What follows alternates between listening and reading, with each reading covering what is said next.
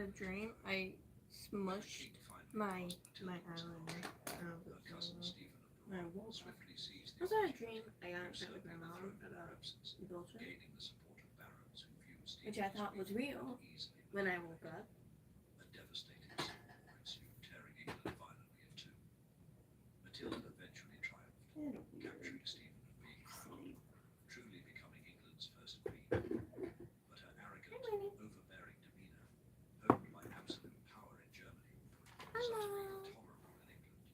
Hi! What does that mean? What does that mean? I'm confused. What's... Okay, can someone explain to me what top fan means? I'm confused. I don't know what it means.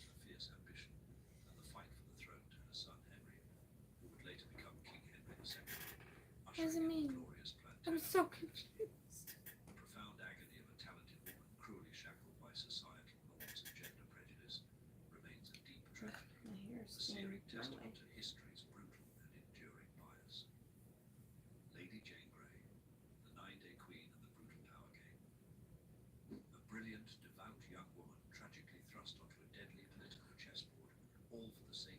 It needs to be washed. Her fate was a death sentence hidden beneath the crown. Lady Jane Grey embodies innocence. Okay. So we didn't spend money for this. Please don't tell me we spent money just for the notification. Top fan. I would be very sad if we did. Because that is not much substance. Hi. Oh my god, what is happening? What? Okay. We have a number 2 fan now. I don't know what this means.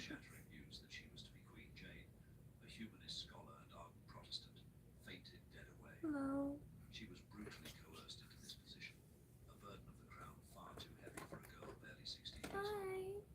Jane's reign lasted a mere 9 days. Hi everyone. Staunchly supportive of Mary, Henry VIII's legitimate daughter. I'm back into Mary the kings and queens of England. Swiftly ending Jane's illusory reign. Those who had elevated Jane to the throne fled for their lives, with even her own father seizing her. Initially, Mary was reluctant to execute Jane, recognizing her as nothing more than a political pawn. But a subsequent rebellion in Jane's name ignited Mary's fear, forcing her to sign the death warrant. Ultimately, the 16-year-old nine-day queen lost her life on the execution block, a death both tragic and brimming with unfulfilled potential. She paid the ultimate price for her unwavering loyalty to faith and for being ensnared in a web of ruthless political Yesterday, guys, do you know how many views we racked up yesterday? We racked History remembers her by a terrifying moniker, 9,000 views. a name seared into memory for her brutal religious That is persecutions. 3 times the amount of subscribers I have. Was a woman who spent her That's entire life insane. fighting for recognition, desperate for love and an heir. Proportionally, that's Plunged her into nuts. profound That's personal fucking tragedy. This insane. is the agonizing tale of desperation, unrequited yearning, and public humiliation. I'm going to. As the I'm eldest daughter actively of Henry going VIII to. and Catherine of Aragon, Also, this is my outfit today. struggled to secure her rightful place A shirt that I have no clue where it's from, and I've cut up into a million pieces and is now tied.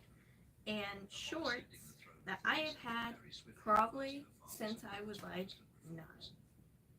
Maybe not 9, but a really long time. So,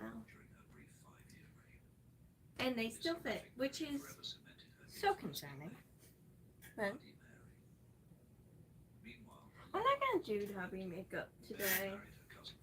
I haven't done it in a while. We're also like in a heat wave, so that just seems like a bad idea. Like, here, let me smother myself in latex. In a heat wave. I'm not gonna have a stroke. Making conception a daunting challenge. The tragedy escalated to its peak when Mary's body swelled with the unmistakable symptoms of pregnancy. Yet after 10 to 11 agonizing months with no sign of labor, her stomach mysteriously flattened.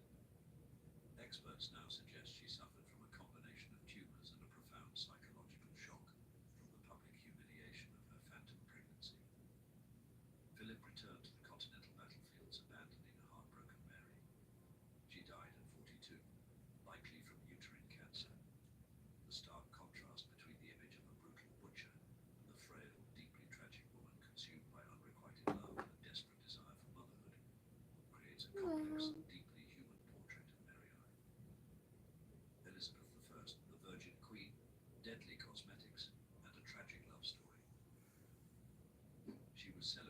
making my eyebrows thinner. Yet her death They're remains annoying me. shrouded in And the mystery, tails are like possibly bulky. linked to a horrifying beauty ritual. Hi. A relentless succession of trials and profound losses, from her tumultuous childhood to the heart-wrenching loves of her final days. Elizabeth was born in 1533, a period of unprecedented upheaval, as her mother, Anne Boleyn, had utterly captivated King Henry VIII, igniting a seismic divorce from his first wife. This very union sparked the tumultuous English Reformation. Even more tragically, Elizabeth was barely 2 years old when her father ordered her mother's execution. Growing up in a volatile court, she was constantly under suspicion and faced a perpetual threat of execution, especially under the reign of her Catholic half-sister, Mary No. I. When she became queen at 25, Elizabeth faced immense pressure to project an image of formidable strength. I'm trying to find my adhering tweezers. to the era's brutal beauty standards. The ideal beauty of the time was skin as white as snow, a potent symbol of nobility and perfection. However, fate dealt a devastating blow to Elizabeth in her appearance in 1562. She contracted smallpox, a disease that left severe pockmarks on her skin and nearly rendered her bald. For a queen whose image was paramount to maintaining power and the adoration of her subjects, this was a profound personal tragedy. To conceal the scars, Let's not do that. Elizabeth resorted to applying extremely thick layers of makeup. She famously used a cosmetic called Venetian spruce, composed primarily of white lead and vinegar. This concoction offered astonishing coverage, transforming her scarred skin into an eerie porcelain canvas. More dangerously, Elizabeth also used mercury-based products on her lips and for makeup removal, a substance known to eat away at her flesh. According to modern scientific knowledge, lead and mercury are highly toxic heavy metals, causing severe and often irreversible health problems. Elizabeth's use of these poisonous cosmetics for decades meant her body became saturated with toxins, silently killing her every day. Was her quest for eternal beauty the very thing that secretly poisoned her from within? Elizabeth's health began to visibly decline in the autumn of 1602. She grew frail and withdrawn. This is colored. Your hair does not naturally go, yes, we will sun bleach in a halo around our head. That doesn't happen.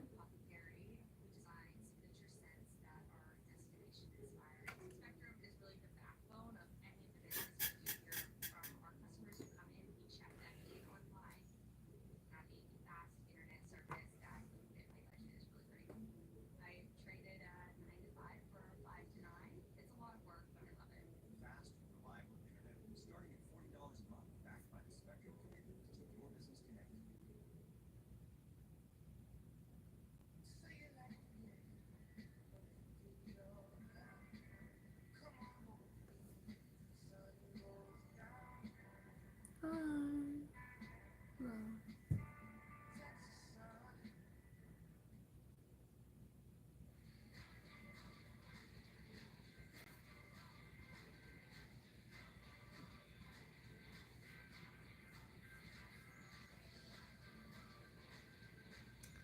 One. Why are we asking me questions?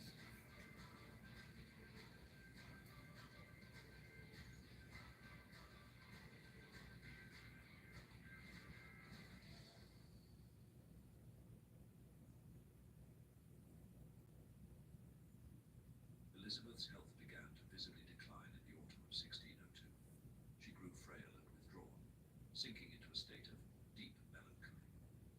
Part of this sorrow undoubtedly stemmed from witnessing the deaths of dear friends, particularly Catherine Carey in February 1603, and another name haunted her until her final breath, Robert Devereux, Earl of Essex.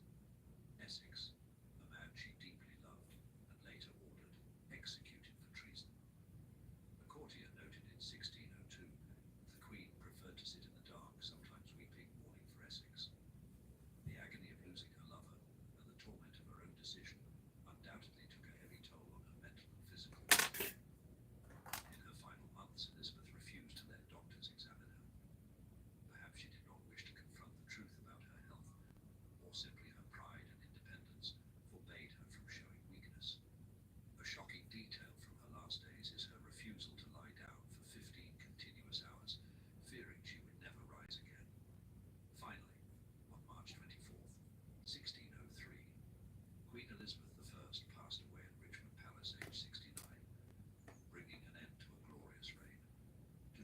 understand the Virgin Queen and why she lived such a solitary life, we must delve into her tumultuous love life. Despite her famed title, the Virgin Queen, for famously rejecting all marriage proposals and declaring herself married to England, Elizabeth's personal life was far more complex. She possessed captivating beauty and charm. I don't hate you, I hate the question. I went on a whole ass tangent about this yesterday. I fucking hate the question because it's literally like, do you think I sat up for hours before this, scrolling through Pinterest, being like, what am I going to do? Because I'm an original fuck. I really, really, really, really hate the question because it's like we think I don't know how to do makeup or anything. And it's very, very annoying. That's like if you walked up to someone that the whole thing is being original and you're like, why aren't you like Picasso? It's very, very, very fucking annoying. Like, it's so annoying. And I'm not talking like a me thing, I'm talking an everyone thing.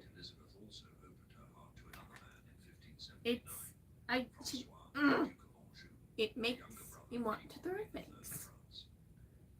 It's not a you thing, it's the question thing. And I don't know why we're not comprehending that it annoys me so much.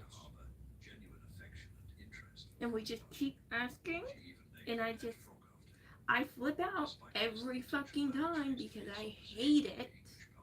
And yet we're not comprehending. I hate it.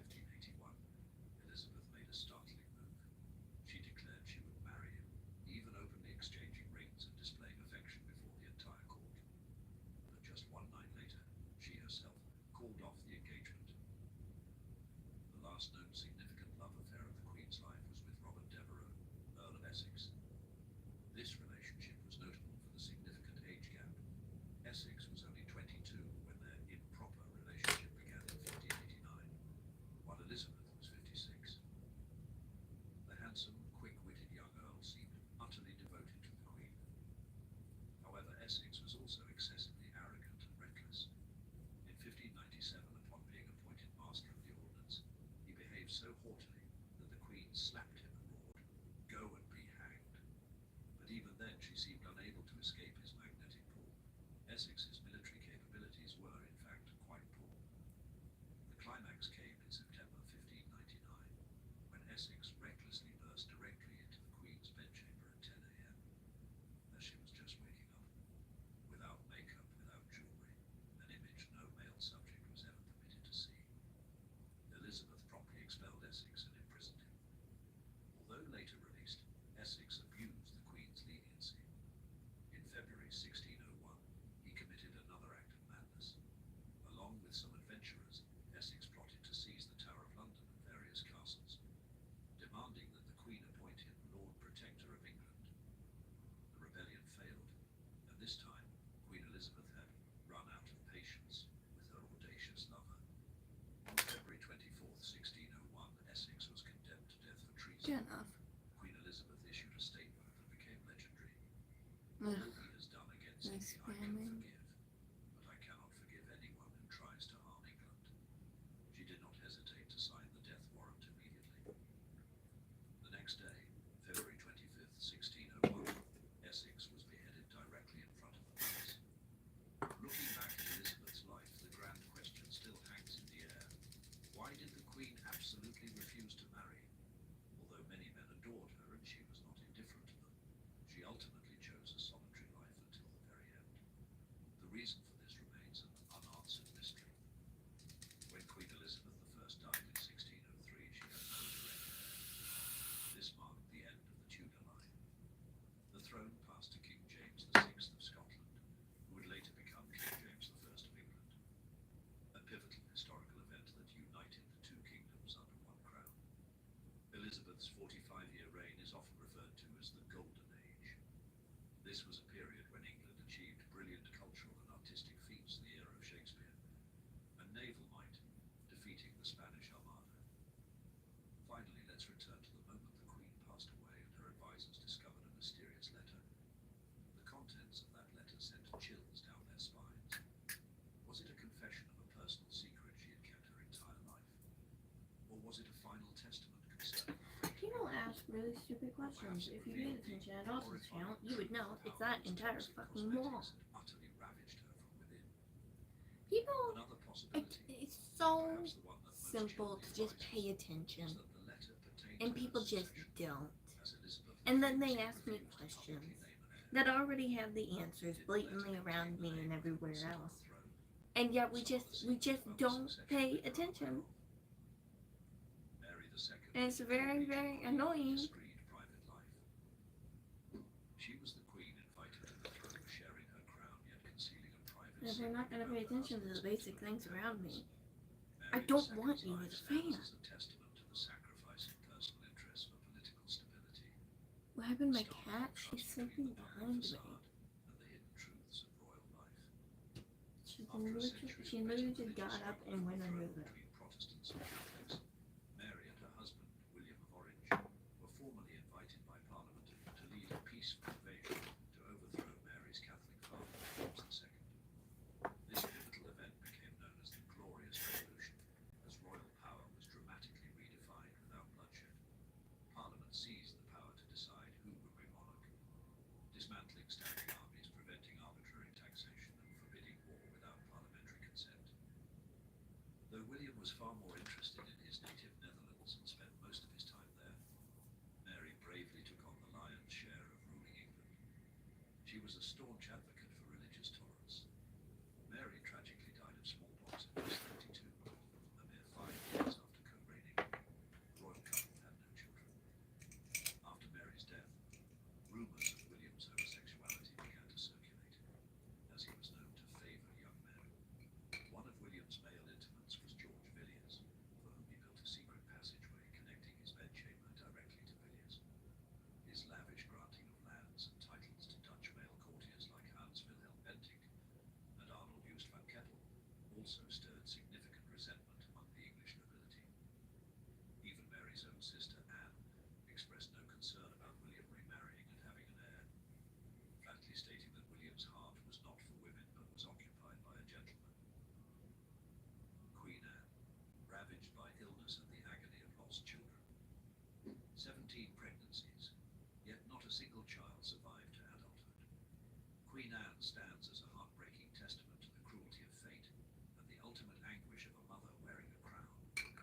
Her life brutally illustrates the fragility of life even for those in the most exalted positions.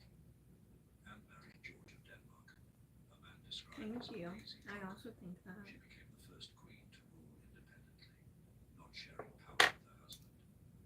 In 1707, Parliament passed the Act of Union, formally transforming England and Scotland into a single sovereign nation called Great Britain. Just as some kings before her had their male favourites, Anne had her female favourites. The most prominent was Sarah Churchill, ancestor of Winston Churchill, who became the second most powerful woman in the country, due to her intimate bond with the Queen and her husband's role as a leading military commander. Sarah was beautiful and captivating, while Anne was plain, sickly, and shy.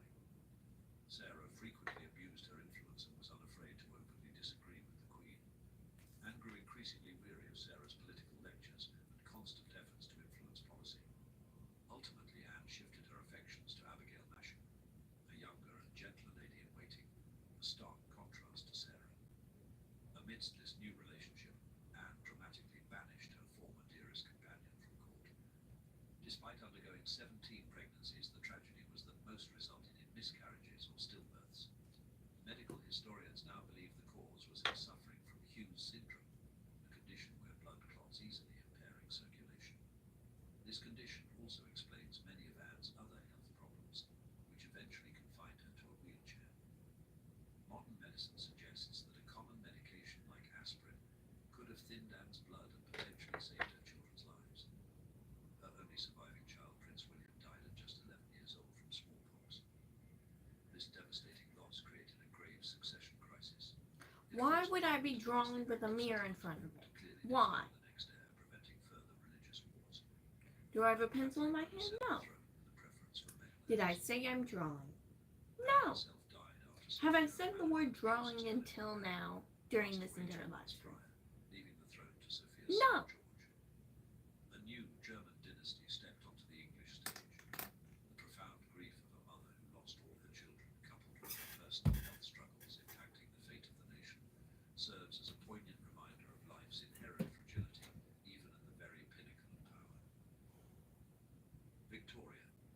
mighty empress of enduring pain.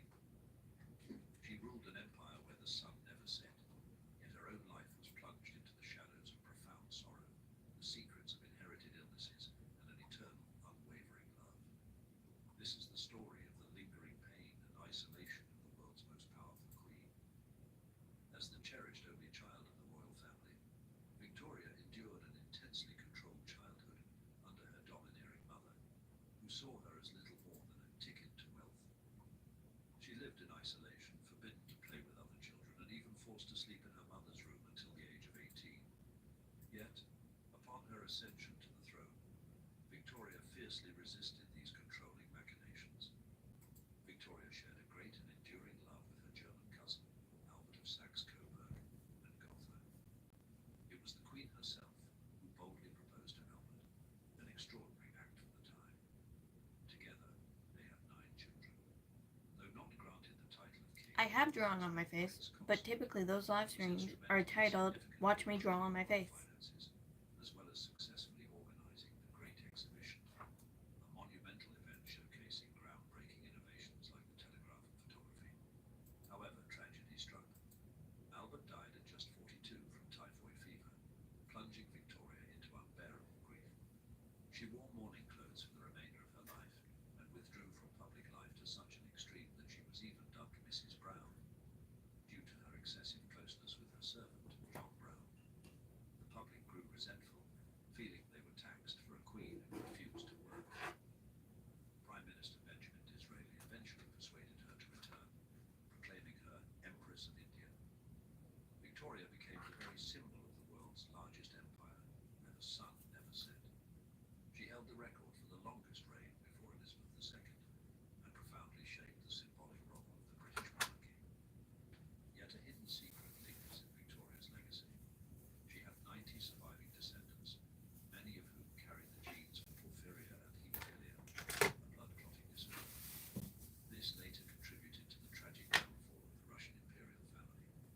The stark contrast between her monumental career and her personal tragedy, coupled with the pain of hereditary diseases, creates an exceptionally complex portrait of Victoria.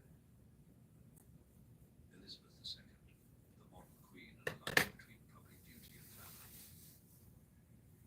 She became the longest reigning monarch in British history.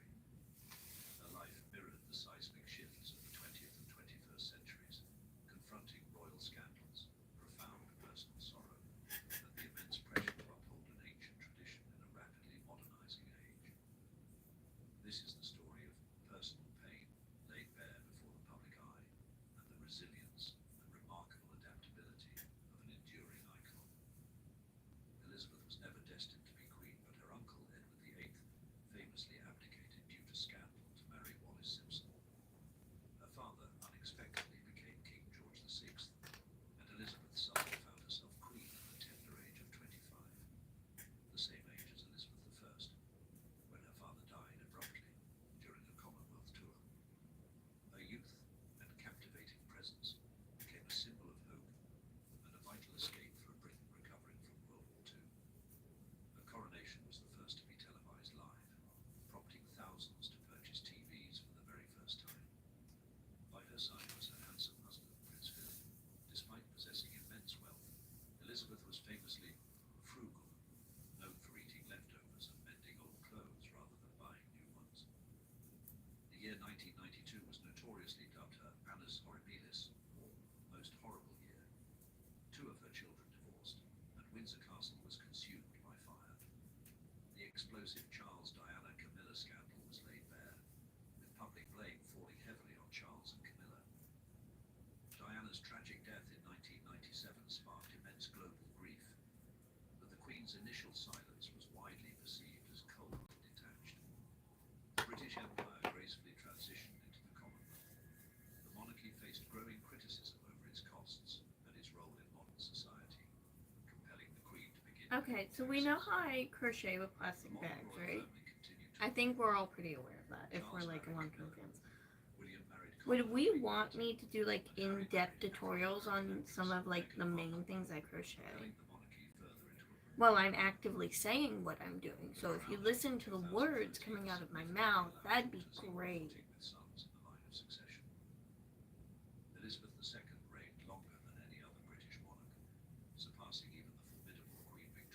I am making a piece of Her life was a wearable testament to art resilience and an out of extraordinary ability crocheted to adapt with the produce times. bags. You Steadfast don't want effort produce in bags, an you ancient read a tradition lot while produce. navigating the profound challenges of the modern age. As like a Which topper made for the other deepest things. impression on While I you? wait for my Or makeup are there any to other settle into secrets my about skin the some experience so I you're can eager to blend it. uncover? Let us know your thoughts in the comments. But as I was saying before I was rudely interrupted, Subscribe to the channel so you don't miss our next weird and fascinating history stories. would we want me to, like, do that? None of your business.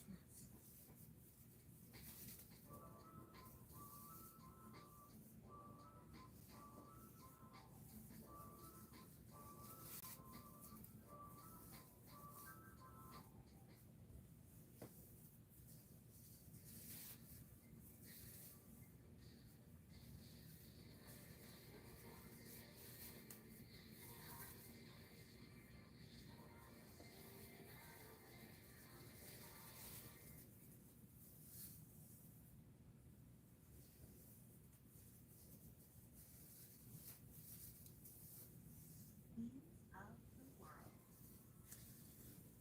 Lady Jane Grey, the 9 Days Queen of England.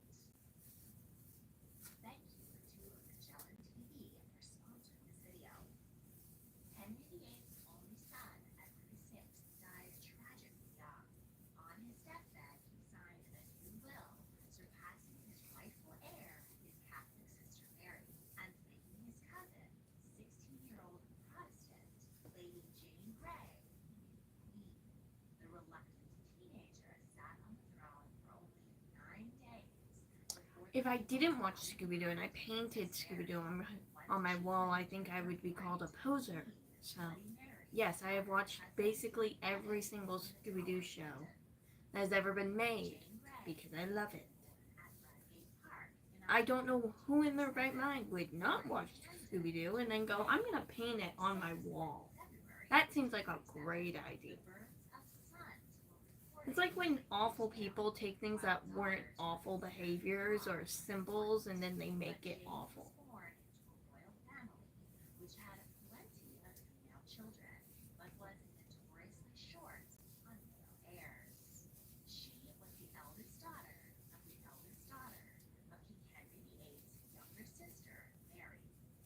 Her grandmother, Miss Beauty, had been briefly wed to Louis XII of France. After his death, she eloped with Englishman Charles Brandon. The king was furious. The original or 13 Ghosts or Mystery Incorporated. One of those.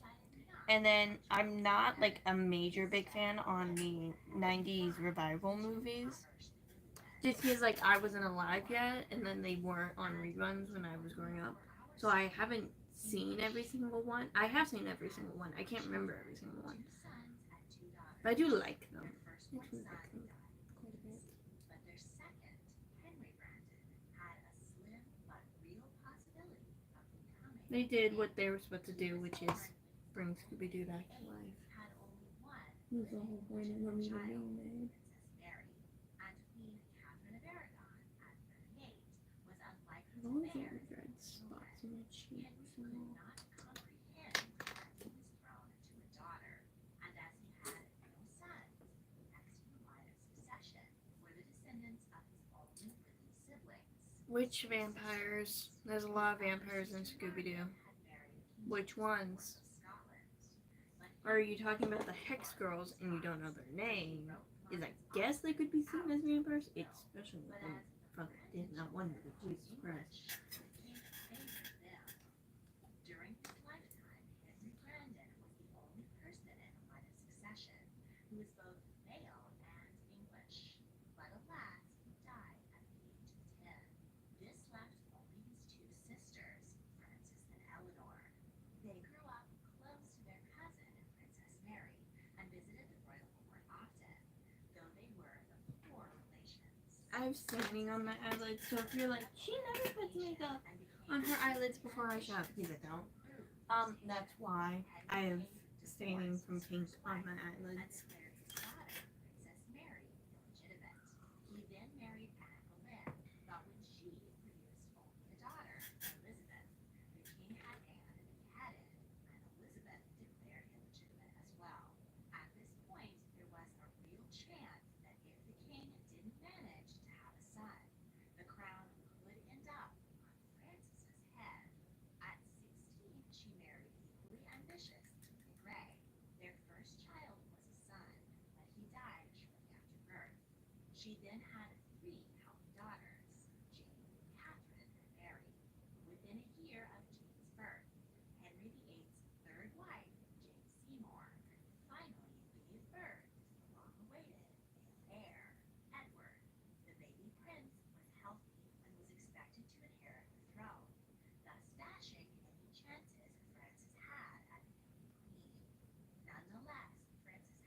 good enough. ambitions for her daughters, especially the eldest, Jane. Most Tudor parents were extremely strict, but Frances was on another level. She expected perfection and was demanding and domineering. Jane's meekness, quiet nature, and unassuming manner irritated her mother, who sought to harden her with beatings and punishment. Jane did receive an outstanding humanist education. Her parents hired the future Bishop of London to educate her in Latin, Greek, Hebrew, and Italian. This investment would typically have been spent on a son if the family had any, and Jane was far more lettered than most little girls of her time. She took to academics with joy and much preferred spending the day in the library reading Plato than going outside to ride or hunt. The Grey family had taken to Protestantism with fervor, and young Jane corresponded with some of the great religious reformers of the time. Frances became friends with the king's sixth and final wife, Catherine Parr, also a devout Protestant and a highly educated woman. She secured 13-year-old Jane a position at court as a maid of honor to the queen. Jane admired Catherine and grew very close to her, seeing her as a second, kinder mother.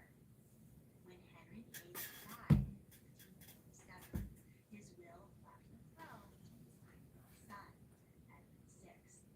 Next in succession, he reinstated his two daughters, Princess Mary and Princess Elizabeth, though they were still legally illegitimate.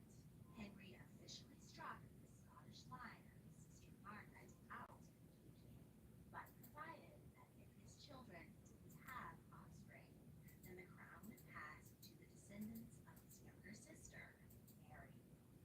Catherine Parr married Thomas Seymour, and Jane Grey moved with her to Suffolk Castle. There she spent time with her cousin, Princess Elizabeth, who was also under the care of the Dowager Queen. Jane stayed by Catherine's side through her pregnancy, childbirth, and death from childhood fever. Jane was the chief mourner at her surrogate mother's funeral. Afterward, Thomas Seymour kept Jane at his home, as he thought he might be able to use the teenager to his advantage. He was the brother of the late Queen Jane Seymour, and was therefore the maternal uncle of the late King No. VI. His older brother, Edward Seymour, had been named regent, and the two uncles were in a tug of war over the affection of the child monarch. Thomas plotted a marriage between Edward and Jane. He wanted to make the girl over whom he had so much influence queen. Thomas attempted to kidnap King Edward, but he was seized in the royal apartments, arrested, and beheaded. Edward Seymour's position as regent was not to last. John Dudley, the Duke of Northumberland, claimed the regency in a coup and had Seymour beheaded. Northumberland was one of the dukes who had enriched himself by taking land from the church and the people during Henry VIII's dissolution of the monasteries. When a group of peasants rose up in protest, Northumberland defeated and brutally executed the ringleaders. The people had not forgotten the King's rebellion, and Northumberland was deeply hated. By this time, King Edward was beginning to assert his own authority. He was staunchly Protestant and overhauled the way the common people worshipped. He outlawed candles, images, rosaries, and the Latin Mass, and he imprisoned anyone who continued Catholic practices. The most defiant of all was his own heir, his elder sister, Princess Mary. Edward was furious with her, and was determined that she should never have the throne. And she never would have if Edward married and had a son of his own. But in February 1553, the 15-year-old king fell suddenly ill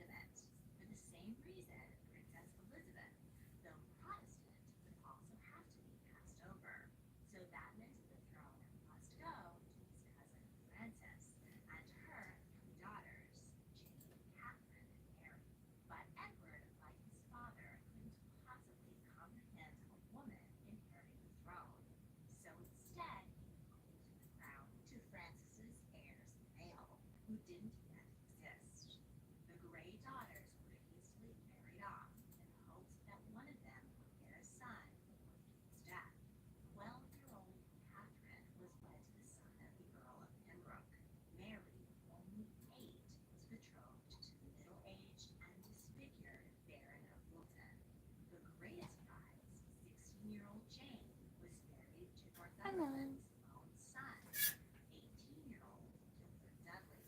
When first informed of her betrothal, Jane refused, but her father struck her several times, making it clear that she had no choice in the matter.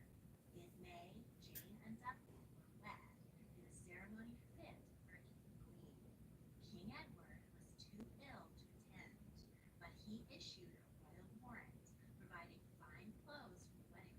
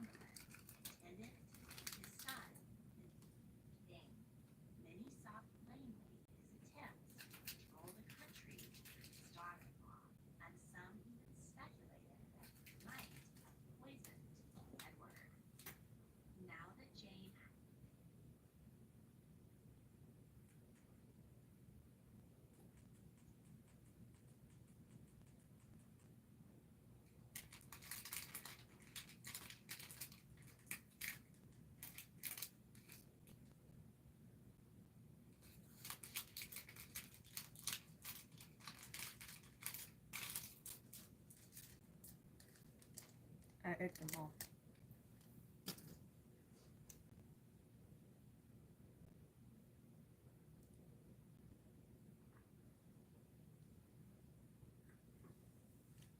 No, I don't.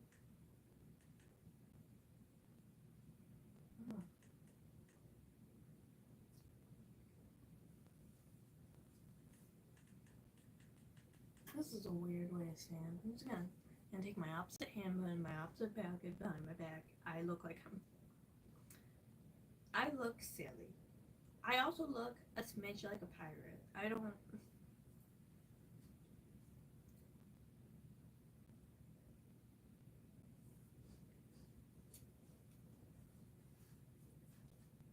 I look silly. This feels nice though. I think it's like pulling some sort of something in my shoulder.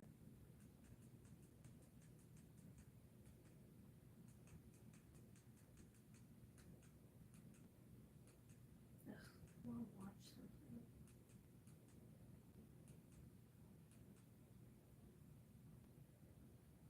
Come on.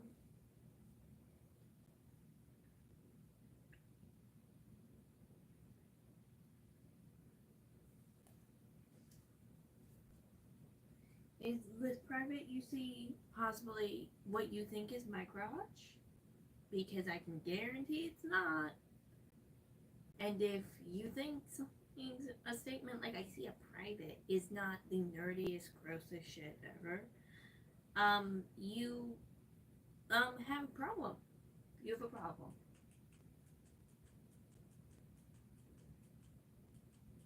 Considering I am pretty damn clothed right now.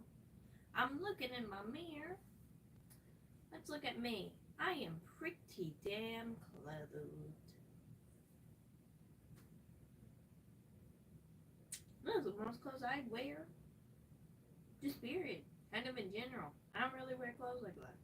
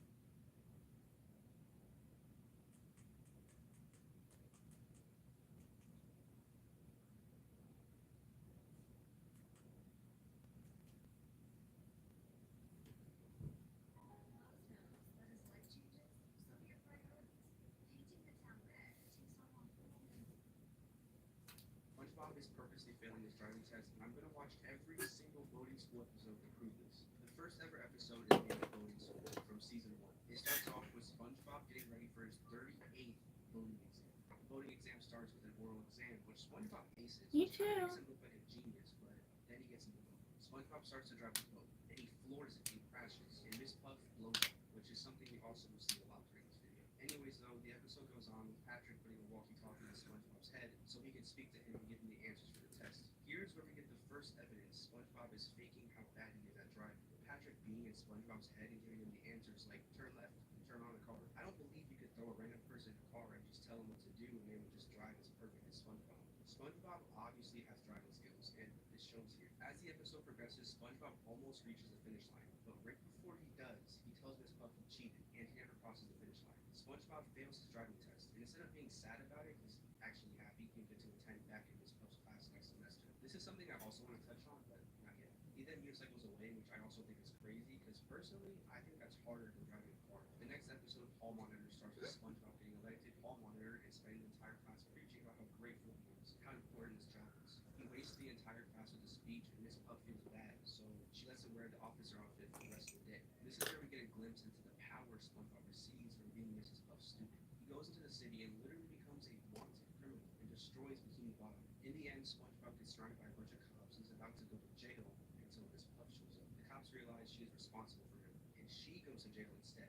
Now imagine if in the last episode SpongeBob passed his test. he wouldn't have been able to go out and do all these bad things and get away with it. Miss Puff is literally his get out of jail free card, and this will happen a lot. No free rides start off with SpongeBob failing the driving test again. Mrs. Puff is sick of him always failing and wants to get rid of him, so she decides to just pass him and give him a license, which is obviously a really bad idea. Miss Puff realizes this, and when she does, she tries to steal SpongeBob's boat, and it ends pretty bad. SpongeBob doesn't really get to enjoy his license in this episode, and there isn't much driving from him except failing his test, but the episode still does end with Mrs. Puff going to jail.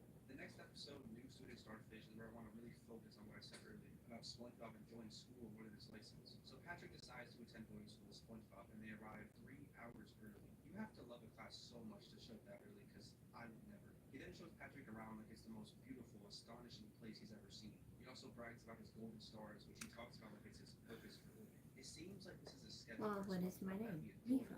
I'm Mifa. What is it? it? Morning time. Oh my god, the live is titled Mifa Morning. Oh my god. It's almost like there's a whole ass playlist of other lives, identical to this, of me simply getting ready for my day to be Mifa made. I swear, someone could make a compilation of me sarcastically answering questions. Sometimes y'all just, you ask questions, and I'm like, I'm actively doing it. Are we not paying attention?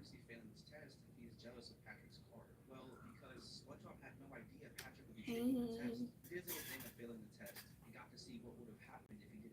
That might be a major reach, but it also could be because he felt he lost his friend, because Patrick was spending more time with the car than SpongeBob. Anyways, though, he tears up Patrick's license and goes to jail for littering, which is kind of karma for the amount of times Mrs. Puff got locked up. Now, an episode that helps my argument. Mrs. Puff, you're fired. In this episode, Mrs. Puff loses her job because she's a bad teacher, since SpongeBob has failed his test 8,000,000 times. So they bring in Bikini Bottom's best teacher to come teach SpongeBob. He does pretty great. SpongeBob learns how to drive blindfolded, which, like, come on, you can't tell me that SpongeBob can't drive. I could never drive blindfolded. But as soon as SpongeBob gets in the car with the man who can pass him, he drives completely insane and destroys Bikini Bottom. And I'm pretty sure kills the driving instructor in the process, which is crazy. Not only does SpongeBob fail his test with the best instructor, he learned how to drive blindfolded and still fail.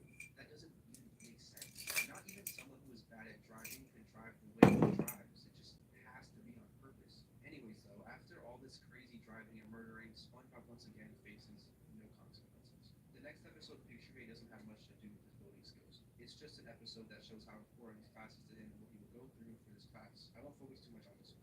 The next episode, Boat Smarts, is an educational voting lesson starring Squidward and SpongeBob. This episode really just highlights how awful of a driver SpongeBob is. But here's where I want to define an awful driver and SpongeBob. An awful driver is someone who drives under the speed limit, probably texts and drives, maybe runs a red light, doesn't check their mirrors, normal stuff. But then there's SpongeBob, who literally does not care and destroys the community on a regular and probably kills a lot of fish and seems to also be aware of what he is doing. In this episode, he drives full speed into a one-way with no care in the world, just reading a magazine. I don't know if I label that an awful driver or just someone who feels that they can do whatever they want with no consequences. I mean, Miss Puff could probably go to jail anyways. The next episode, Nautical Novice, is an episode that highlights how smart SpongeBob can actually be.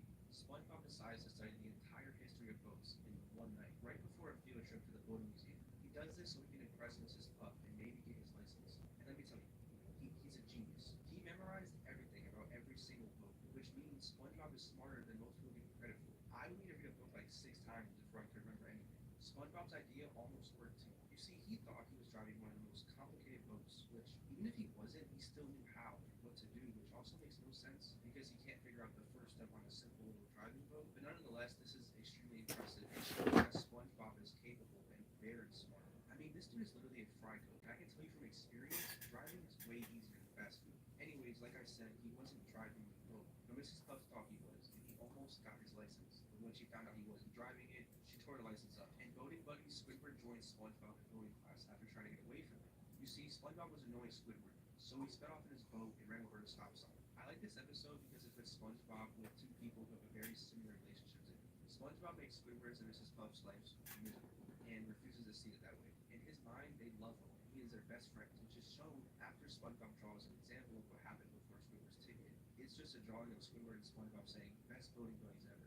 He is so unself-aware, maybe it's on purpose, but I won't dive into that. SpongeBob then takes his driving test with Squidward and Mrs. Puff, and like This time, Squidward gets the consequences and not Mrs. Puff. The next episode, Ditching, starts with SpongeBob's favorite heroes, Mermaid Man and Barnacle Boy, announcing their book signing. So SpongeBob ditches voting class to go see them. After this, he gets looped into doing a bunch of other things, and you can see his stress as he tries to get back to voting school. He gets back to class after escaping tar, quicksand, and kind of death, and Mrs. Puff didn't even realize until he snitched on himself, saying he will never ditch again. This episode didn't have much to do with driving, but shows how important Mrs. Puff is to him. He literally accepted death, but then fights it just for Mrs. Puff. Summer Job is an episode that supports my point that fast food is harder than driving. So SpongeBob causes Mrs. Puff to crash into the Krusty Krab, and to pay off the debt, she has to work at a Krusty Krab. Keep in mind, his driving instructor, who thinks SpongeBob is so dumb, literally cannot handle the job, which could have been because of SpongeBob, but anyway, she ends up quitting and then littering and goes to jail. In jail, Mrs. Puff has to take a voting class, and her teacher, of course, is SpongeBob, which has to mean he really enjoys voting school to teach it. Also, I don't know how he qualified for the job without having a license, but whatever. He hotshot an episode where SpongeBob is trained by someone else that isn't Mrs. Puff. So a new kid, Tony Fast Jr., joined Mrs. Puff's classroom, whose dad is like a huge professional bull racer. Mrs. Puff takes this opportunity to make Tony Fast Jr. teach SpongeBob driving. And on his first drive to SpongeBob, he starts off pretty bad, but then he says two simple words: be cool. And SpongeBob drives perfectly, which, just like the first episode, voting school makes no sense. He drives for the rest of the episode pretty perfectly, which shows that SpongeBob truthfully is a great boat driver when he wants to be. Now, of course, even with SpongeBob driving good, it always has to end with him going insane and crashing and flirting Mrs. Puff. I want you to focus on his smile as this happens. Dude knows what he's doing. In Oral Report, SpongeBob tries to fight his public speaking anxiety for voting class, which is another episode that shows how important he takes his class, since this is probably his 1 millionth time presenting a voting speech, and he's still taking it this serious. Also, in this episode, he flees voting school and drives perfectly away until spotted by the cops and crashes into a bunch of houses, which might have been on purpose, at least I think so, because then he finally delivers a speech and gets Mrs. Puff sent to jail. In Demolition Doofus, Mrs. Puff signs with SpongeBob for a demolition derby because she believes he could die in the derby, which is wild.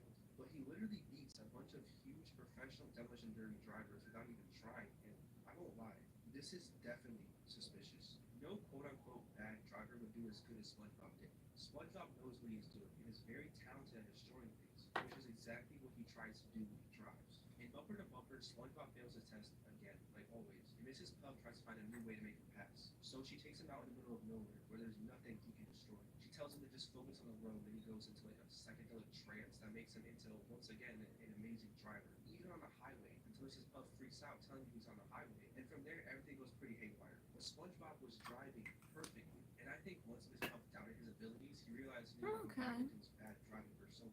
Anyways, he drives crazy and all over the place and lands Mrs. Puff in jail. In Tuna Sauce, Mr. Crab tries to teach SpongeBob how to drive, and he crashes consistently into the Krusty Krab and gives Mr. Krabs a huge bill and a ticket in the end. It seems whoever teaches this man how to drive only receives torture. Also, SpongeBob drives bad spirals. Burst Your Bubble isn't much of a boat driving episode, as SpongeBob goes a bubble car and drives that instead, and then everyone starts driving it. In this episode also, Mrs. Puff, a boating instructor, tries driving a bubble boat and fails miserably, and needs to be coached by SpongeBob. This being another example of SpongeBob being smarter than he's getting credit for. Teacher's Pets is an episode where Mr. Krabs and Ted did attend boating school. Most of the episode is centered around them and their beef, but if you focus on SpongeBob, you can see him being a perfect student and actually completing the driving course before blowing up the entire world. But he did complete the driving course without any person giving him advice. Lighthouse Louie starts off with SpongeBob failing the driving test and hitting the lighthouse and having Athena fix it, and he finds Staples, and that's pretty much the entire episode. In Potato Puff, Mrs. Puff gets sick of always crashing with SpongeBob, so she puts a stunt double potato with a speaker in the car with him while she chills inside. In this episode, we see SpongeBob once again driving perfectly, which is also suspicious because how come when real Miss Puff is in the car, he instantly crashes? It seems he knew this was a potato and teased Miss Puff on purpose, which worked well since Miss Puff also ends up in jail. Yellow Pavement is a sequel to the episode Postmarks, which is just another episode showing how bad of a driver he is. He tortures Squidward and injures him into the biggest cast I've ever seen. He then teases Mrs. Puff and makes her mad. Now, I don't think SpongeBob is purposely trying to make Mrs. Puff and Squidward's life miserable, but I genuinely think he just enjoys her company, and in his mind, they are his bestest friends. So he doesn't want to pass the test because he cherishes their relationship, and he doesn't want to lose her or the wonderful classroom that become a part of his schedule. Now, if this isn't enough, I'll just make it really simple. In the first SpongeBob movie, SpongeBob drives absolutely perfect when driving the Krabby Patty boat, and I don't know, maybe I'm just overthinking. If you want to watch me overthink some more, you can click on his videos up here and you just watch overthink. I'm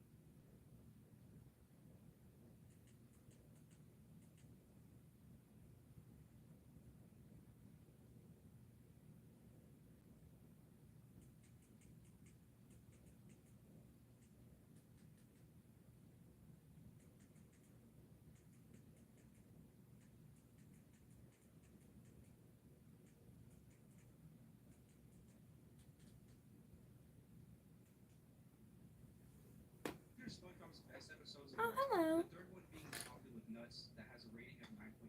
This episode starts off with SpongeBob sitting in his mailbox waiting for his mail. He receives a magazine called Fancy Living Digest that focuses on showing how upper-class fish live. This completely amazes SpongeBob and Patrick, making them want a taste of this lifestyle. They go to Squidward asking how these fish came across so much success. Squidward then mentions entrepreneurship. It's not here.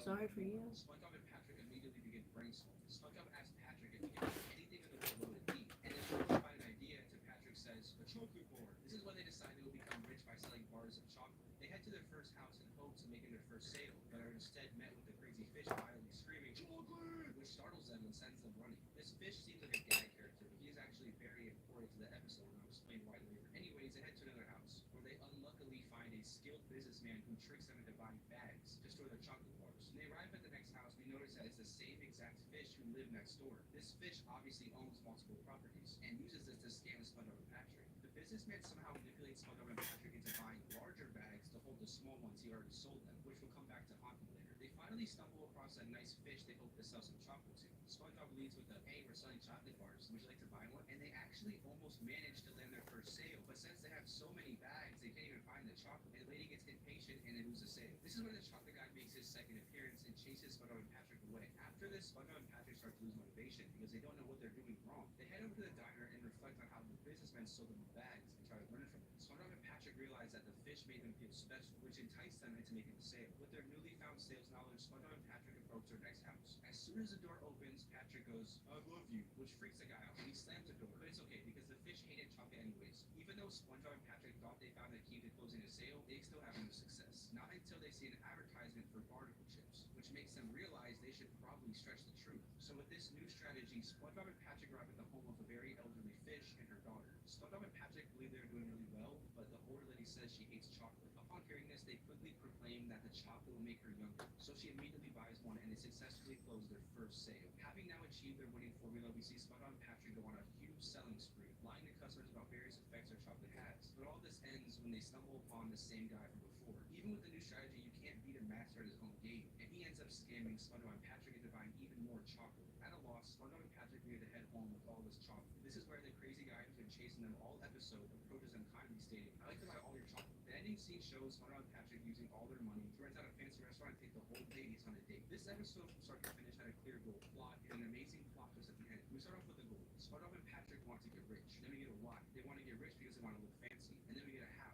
They're going to sell chocolates. This leaves the audience wondering if SpongeBob and Patrick are going to be able to achieve this goal. On top of this clear plot line, the episode introduces many memorable iconic characters. The crazy chocolate fish is a genius plot twist because the context clues lead you to believe he's just a crazy man trying to steal their chocolate, but he actually turns out to be their highest profit sale. The businessman is the clear antagonist / rival of the episode, scamming SpongeBob and Patrick at every corner, displaying the gap of experience towards what SpongeBob and Patrick are trying to achieve. With great pacing, a roller coaster of failure and successes, and some of the most iconic jokes in SpongeBob, it's really no question why this episode is ranked so highly. And what's crazy is the next two episodes will also follow a similar structure. The next episode is Krusty Krab training video with the rating of 9.5. The episode starts off by congratulating us for a new position at the Krusty Krab restaurant. The first thing we learn is the humble beginning of Mr. Krabs. We see him as a child, literally scamming a vending machine with a quarter tied to a string. This immediately brings his greedy personality to life. This is also where we learn that Mr. Krabs was a veteran of the war, and this caused him to be extremely depressed. To take his mind off his time served, he purchased a retirement home called the Rusty Krab, and completely transforms it into the iconic restaurant it is today. We then get to learn about the Krusty Krab in the present day, and see that Mr. Krabs can tend to over-exaggerate, referring to a spatula as an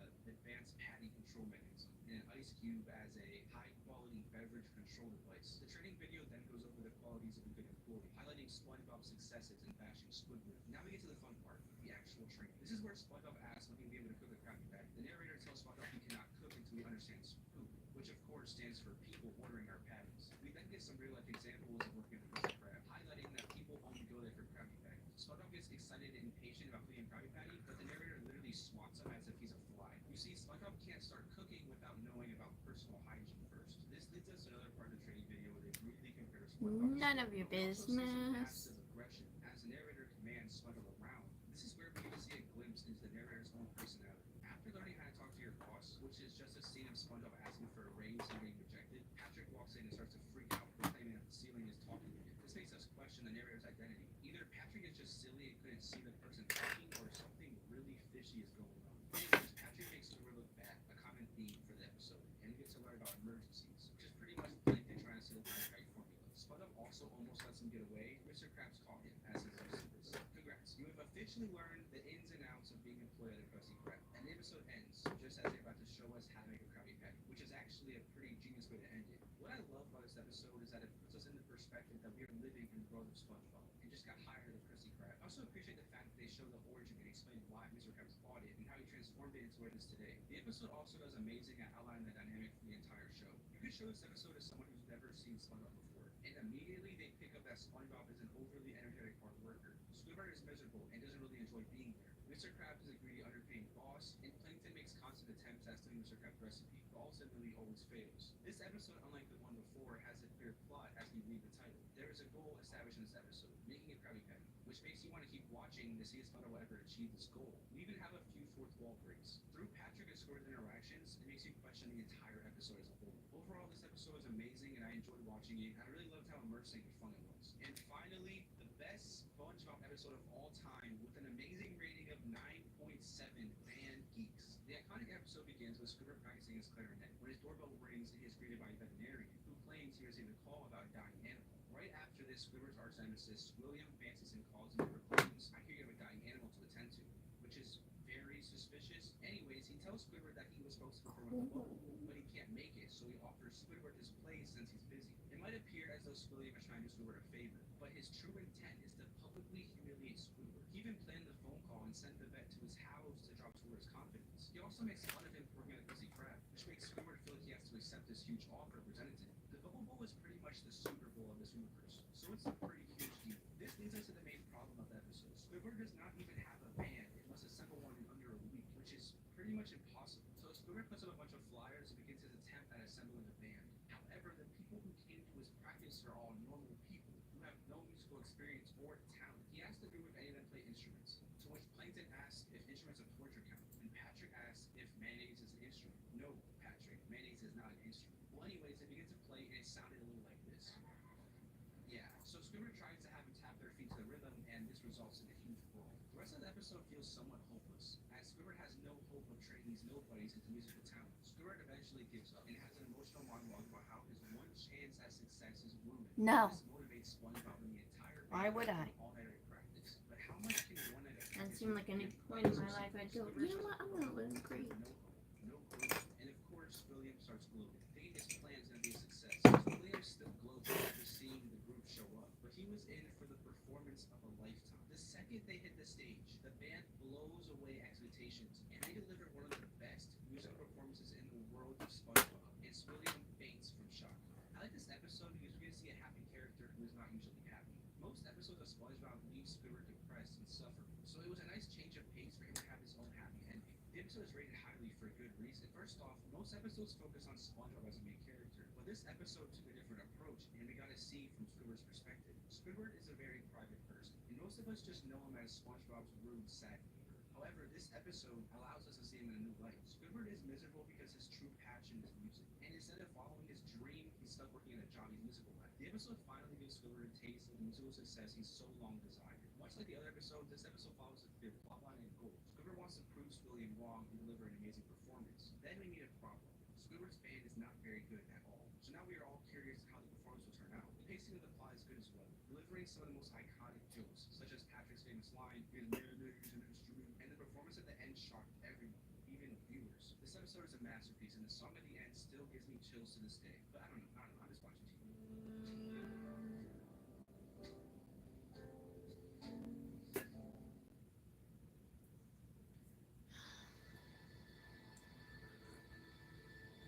The final battle. These words echo in my mind.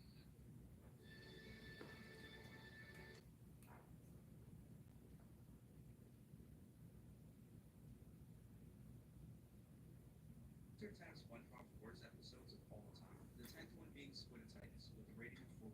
The episode starts with Squidward admiring how beautiful it is outside, but sadly he's stuck working at a Krusty Krab.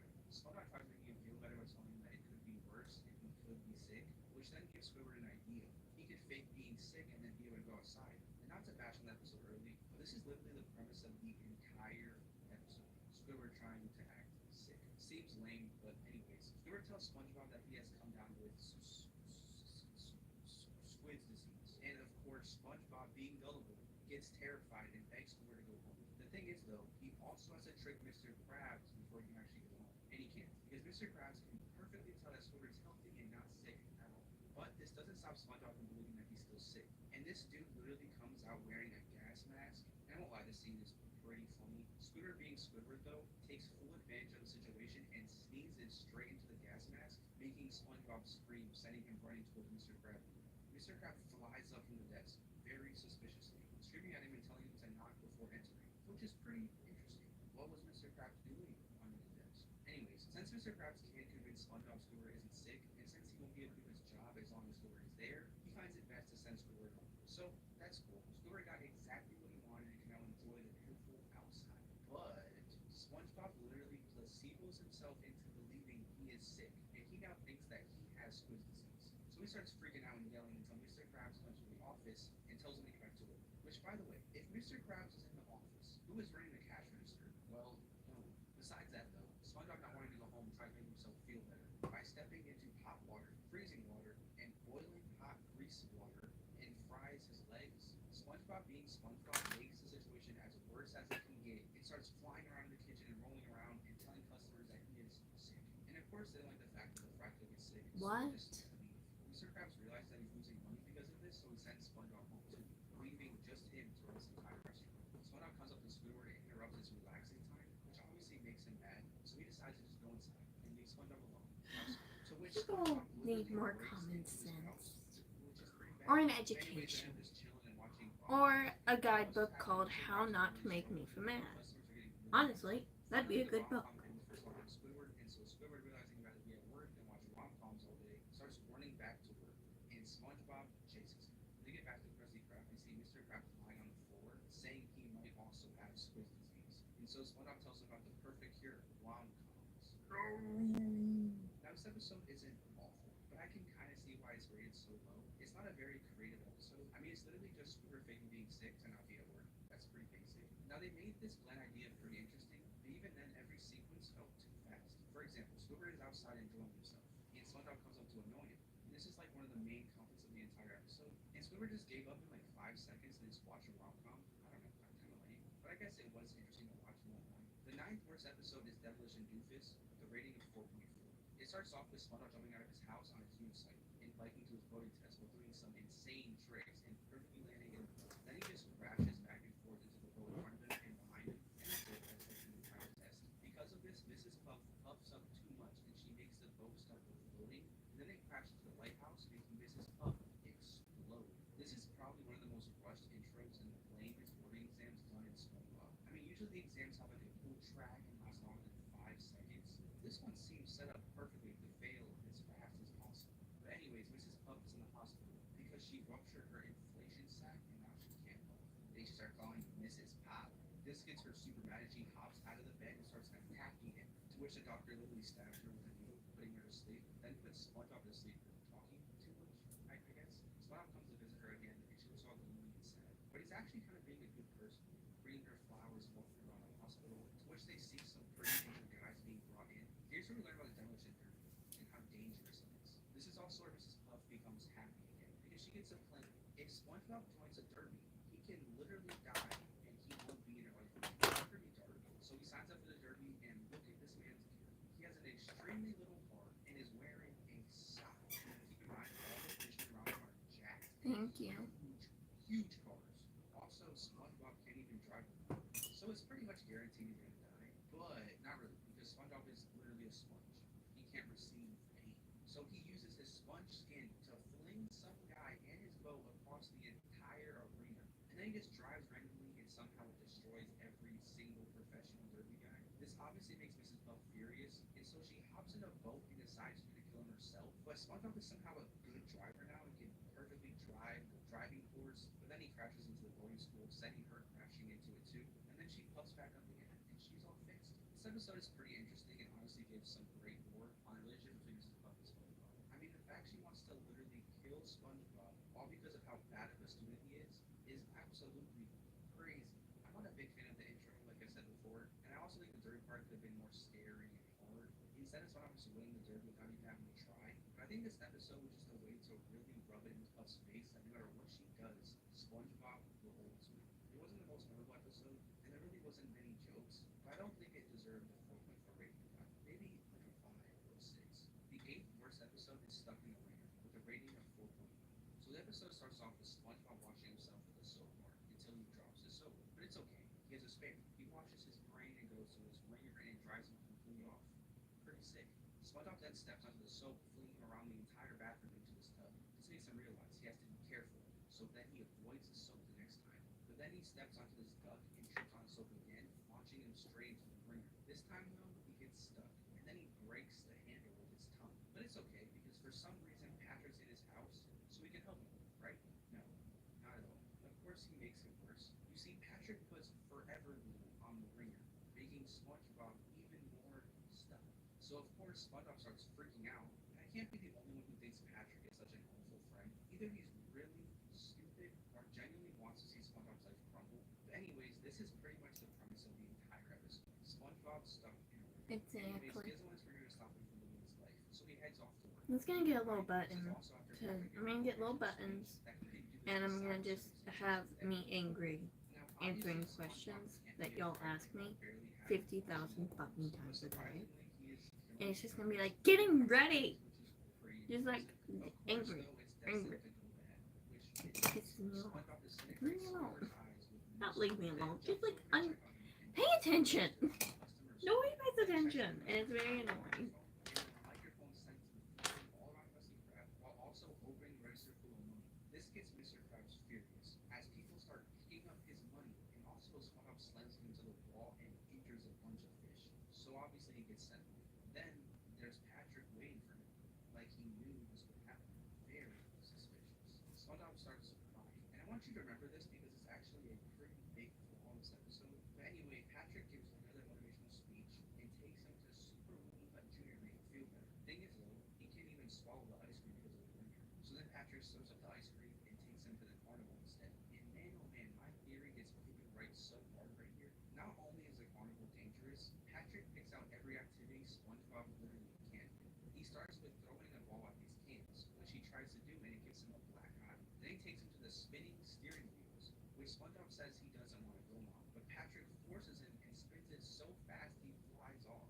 And believe it or not, SpongeBob actually ends up standing up for himself and blows up on Patrick, which literally somehow gets turned on him, and Patrick starts crying, and the fishes around SpongeBob tell him that he has no heart, making him feel even worse. The manipulation is crazy on Patrick. The next day, Patrick comes over to SpongeBob's house after battling on if he should go or not, and SpongeBob is sitting on the couch watching static on his television going pretty insane, until Patrick starts crying and apologizing, and a tear falls onto the glue, allowing him to slip out.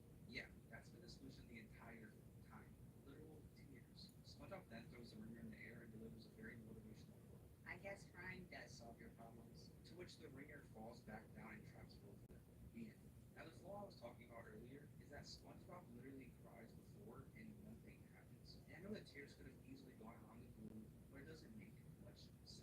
I think the solution to this problem is so simple, it's dumb. But also it's SpongeBob, and it honestly fits the theme. Besides all of that though, this episode is not that bad. I thoroughly enjoyed it. There's a lot of different emotions and the pacing never feels boring. I also remember as a kid stressing out pretty bad over this episode. I'm a very claustrophobic person. But I think this episode had good jokes. It makes you feel the emotions SpongeBob was going through. It even made you see SpongeBob's friendship with Patrick in a new light. I think truthfully, rating of this episode was tanked because of the episode it was grouped with, which is the 7th worst episode, Road Spout. Tampax Radiance Deep Guard Brilliant Ultimate Morally Free Period. This textured lip is designed for more comfortable insertion. And this clean cell wrapper for more hygienic disposal. Tampax Radiant, also in light absorbency.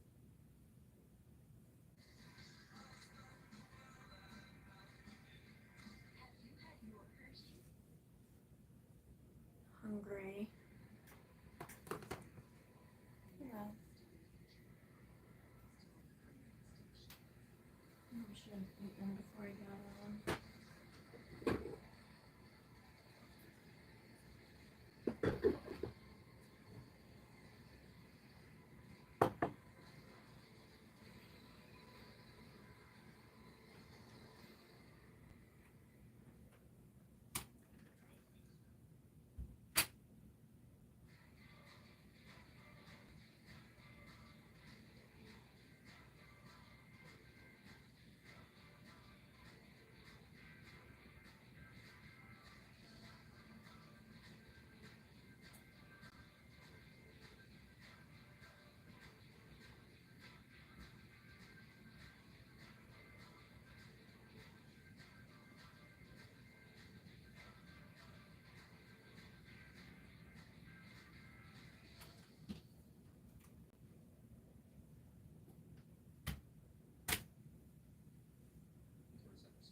Hello. that has a rating of 4.9. I said I knew it should have eaten, and then I went and tried to find something to eat, and I couldn't find anything. I was gone for like 2 seconds, and we didn't need to be all like, where'd she go?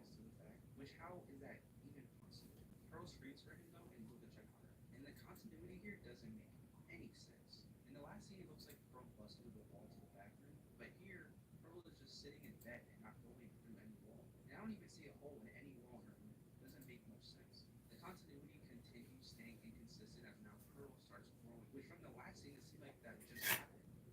I guess not. Anyways, Pearl demands for some food. Mr. Krabs brings her the fridge, to which she slurps the entirety of the You fridge. don't and need all to the say food a million. and she Okay, starts growing how about this? smashing If we have Mr. Krabs looking at words, her we need to say, how about we type them all out calmly mistakes and then comment? Because this is really annoying. he has no food, which is the conflict for the entire episode. I'm not going to go into detail of this entire episode because it's really kind of boring. Because it's literally just Mr. Krabs looking for food, getting food to Pearl, her saying more, and to be honest, they do make it somewhat interesting. For example, Mr. Krabs tries getting some peanuts from his Puff's garden, and they turn out to be some peanut worms. And then when Mr. Krabs is leaving Squidward's house with a sack of food, the cops, who are also aware of the food stealer, question him. And his excuse is that he's practicing to be Santa, and it somehow works, and they literally drive him home, which I can't lie is pretty funny. Keep in mind, these are the same cops who also locked over throwing some paint on the floor.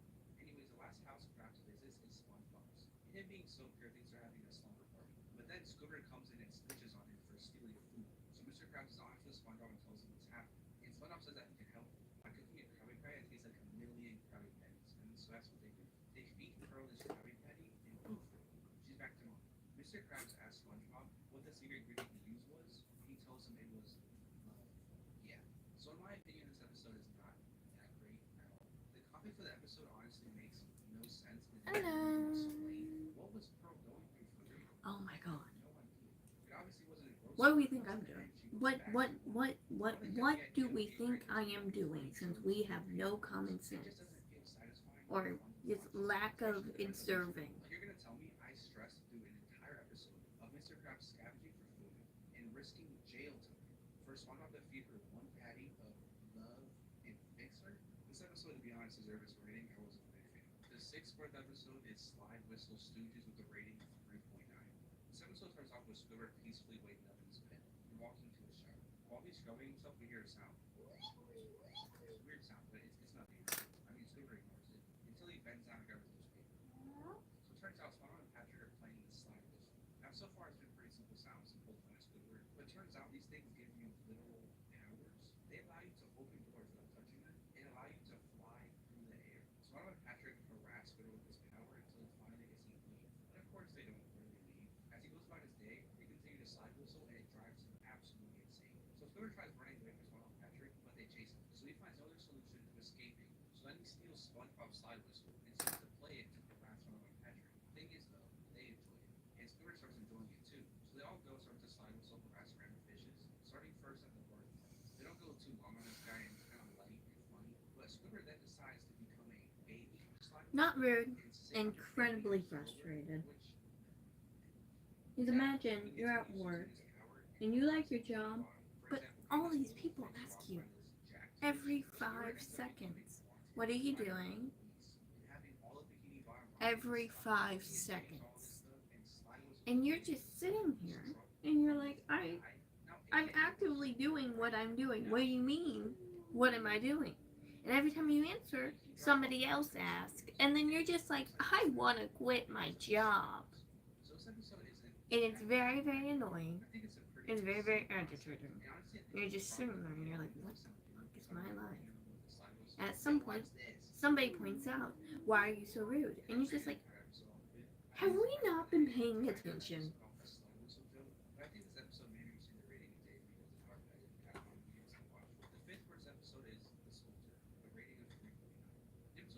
Thank you. Oh, and we can't forget when I don't pay attention for 5 seconds and people throw tantrums like 5-year-olds. That's also something that happens a lot, and I hate it. I want people to shut the fuck up. You see, he falls off and almost gets stabbed by a bunch of swords, but then gets saved by a sword and safely exits. See, the way he gets those splinters by tripping on tartar sauce and very disgusting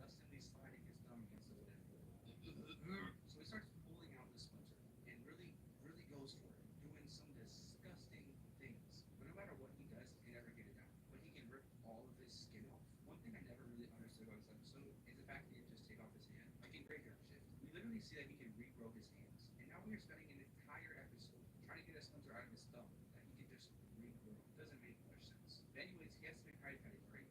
So he uses his nose. And Squiddy takes notice of this, and he finds out the splinter. And then gets a plan to get rid of SpongeBob. He tells SpongeBob if Mr. Krabs finds out about his injury, he'll have to be sent home. Of course, SpongeBob loving his job starts freaking out about this. Pretty bad. Squidward is lucky, though, and continues teasing him past his limits. So SpongeBob really has to get rid of Splinter. So he brings out the villain, Patrick, which obviously is not a good idea, which we can tell from the episode. Anyways, Patrick comes out from his dumpster in his doctor outfit. He starts looking at his legs and starts gurgling his feet. SpongeBob tries telling him to stop, and Patrick gaslights him because he's a doctor and SpongeBob's not. To top off being a bad friend, he finally looks at the actual Splinter and then hammers it in deeper. It starts growing bigger, and Patrick puts garbage on it and it gets infected. Then Patrick just clocks out and leaves. Great friend. SpongeBob walks back into the Krusty Krab and turns out Squidward snitched on him, and Mr. Krabs asks his Splinter, and it's gotten even worse. Squidward literally passes out. Then after all the after everything, Mr. Krabs just simply takes the Splinter out. It blows up and shoots pus all over Mr. Krabs. His mind stating, I thought I'd have to pay you workers' comp. After hearing this, Squidward beats himself up with the register super bad to try to get workers' comp, but turns out his shift just ended, so now he's injured for no reason. I'm starting to figure out that a lot of these worst episodes have a similar theme. The concept of these episodes are very bland, basic. Like making an entire episode about a Splinter is pretty insane. Also, every resolution is very unsatisfying and not worth the build-up. This episode is just pretty bad. Everything feels dragged out, and jokes aren't even very good. It makes sense though. Keeping the Splinter in SpongeBob's thumb for 11 minutes, trying your hardest to keep it entertaining sounds hard. Honestly, kudos to right now. The fourth worst episode is One Course Meal with a rating of 3.5. It starts with Mr. Krabs stripping and hopping into a tub full of money. This leads me back to earlier, when I questioned what this man does alone in his office. Because what? What is this? But anyways, Mr. Krabs smells something funky, so he, with a towel on, asks SpongeBob what the smell is. SpongeBob tells him it's a high-grade explosive, which continue. And Plankton throws an explosive straight to the kitchen, and somehow this makes Mr. Krabs fully dressed. I don't know how. Kind of weird. But SpongeBob blows himself up with peas, and Mr. Krabs shoots him at Plankton. But Plankton's got a bubble shield, a fake rocket that's actually a claw that traps them. Then we learn the reason for all of this, which obviously is an insane film. Mr. Krabs doesn't crack. What SpongeBob does instantly, which shocking, all hope seems lost until Plankton smells something funky too. Which SpongeBob, with his ridiculously good sense of smell, says this was a blood, which I guess is a fancy way of saying oil. Turns out Plankton is very terrified of Pearl and runs away. Honestly, I think it's really cool how accurate this episode is. It's cool to get this connection. I mean, the creator was a biologist. Anyways, let's get Mr. Krabs a great idea. Use Pearl to scare Plankton. The thing is though, Pearl demands a bunch of money. We all know Mr. Krabs is greedy, so that's not gonna happen. So he comes up with an even better thing. I won't spoil it again. So Plankton goes home and takes out the trash. When out of nowhere, Pearl comes out of the trash screaming, I'm hungry! This man runs inside and quickly boards up the door. But Pearl comes out of nowhere again screaming, I want Plankton meat! Actually pretty terrifying. And so Plankton spends 16 days terrified inside, going crazy. To which we find out and see Pearl watching. She starts laughing at Mr. Krabs.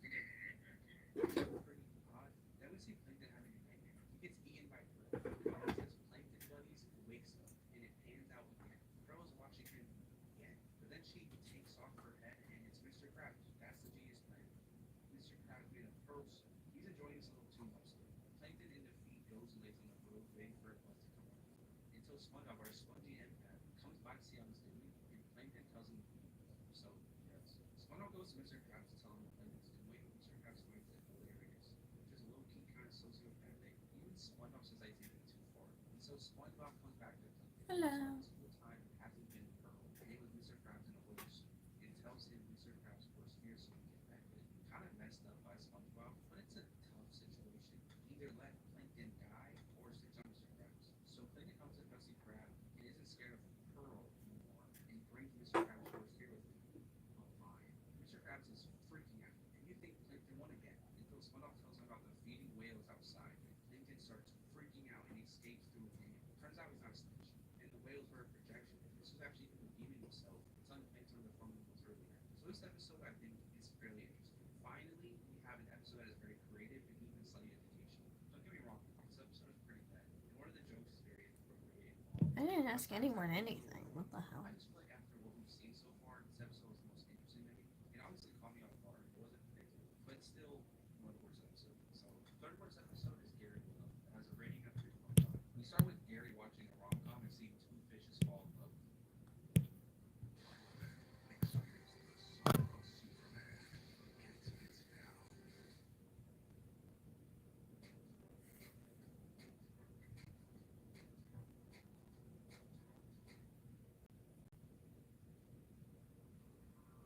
Don't ask other people where they're from. It's weird.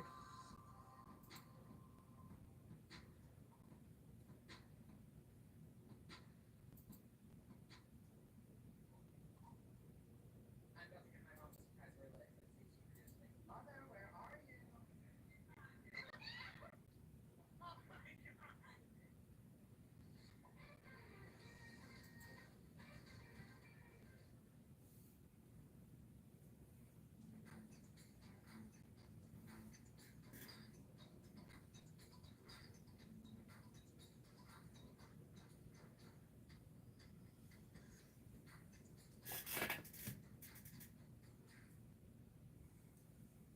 Puts Gary in all.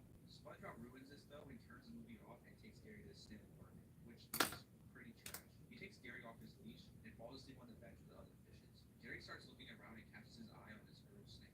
He slithers over and goes on the other side of the seesaw, and they both romantically meow at each other. Meow.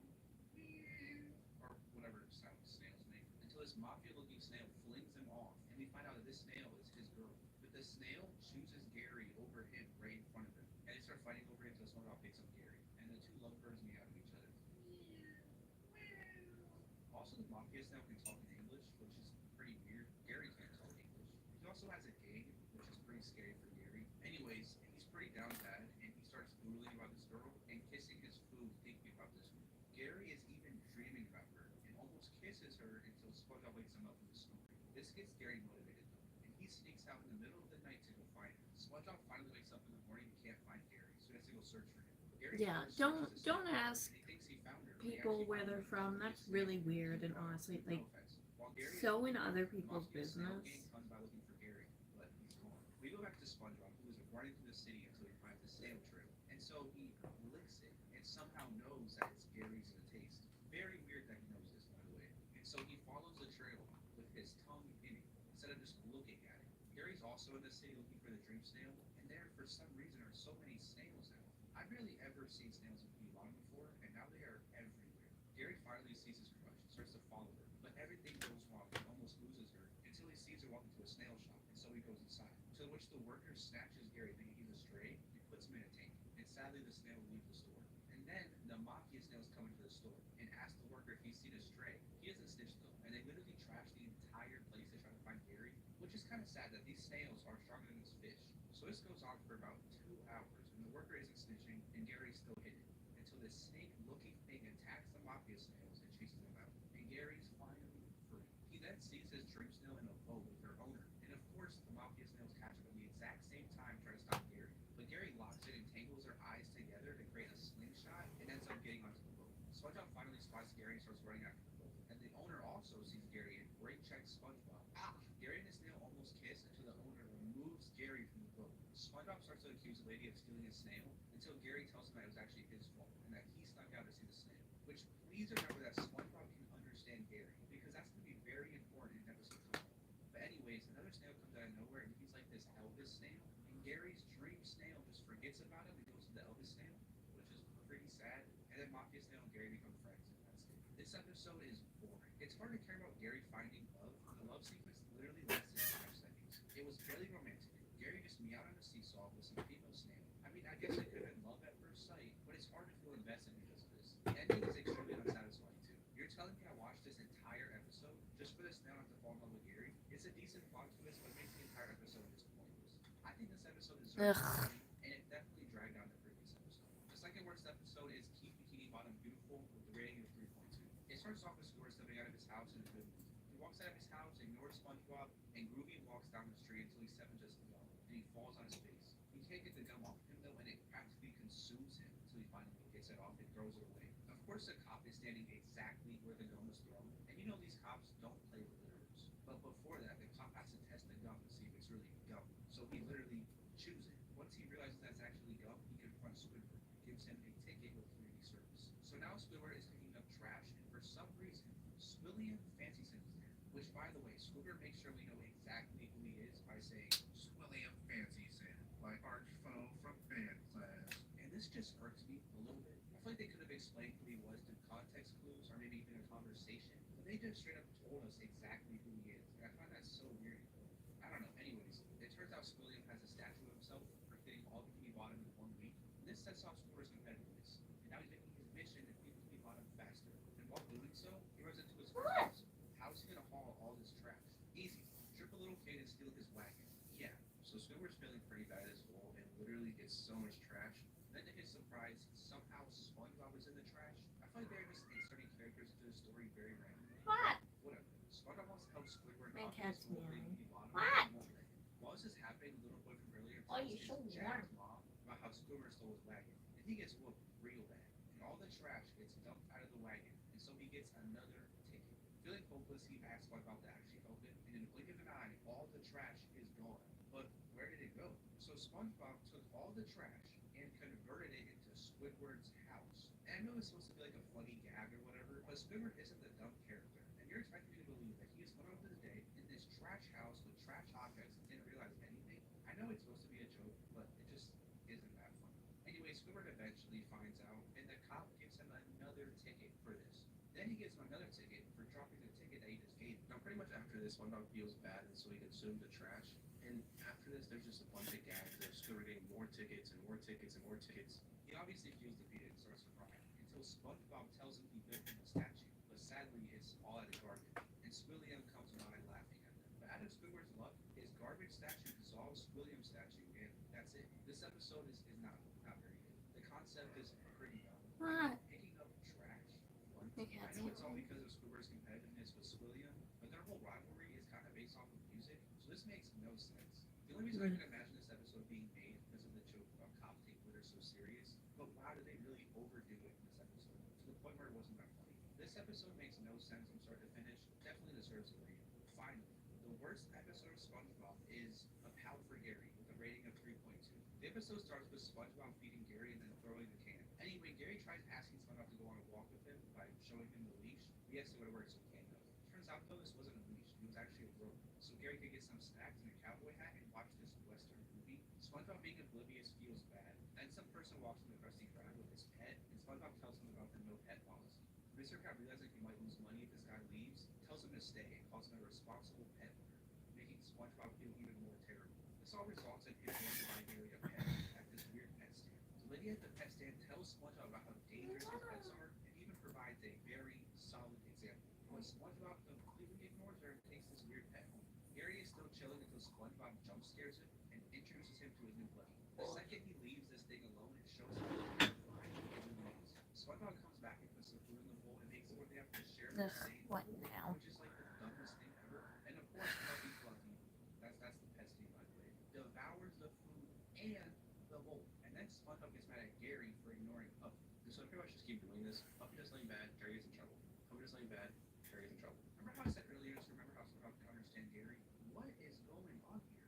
Gary is meowing to SpongeBob and obviously explaining what is going on.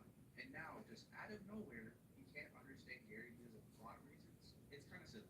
Gary searches for Fluffy and goes to the kitchen, to which we see a huge sea monster tearing up the fridge. It turns out this is what Puffy became. Puffy tries all night to kill Gary, and I'm not gonna lie, it's pretty scary. Gary fights for his life all night while SpongeBob is fast asleep until his airborne wakes him up. I don't know how that wakes him up, not his house literally shaking. SpongeBob walks around and sees how destroyed the house is and literally blames Gary. Gary. How could Gary even do this if he tried? Not only that, but when he walks into the kitchen, he sees what Puffy has become and how he's literally gonna kill Gary.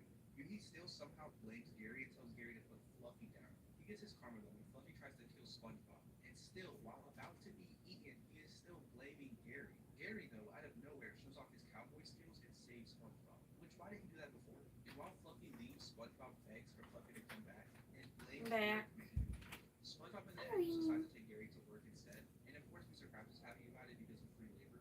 So this episode is alright. Dude, you literally have a name that's giving I like to fuck little girls.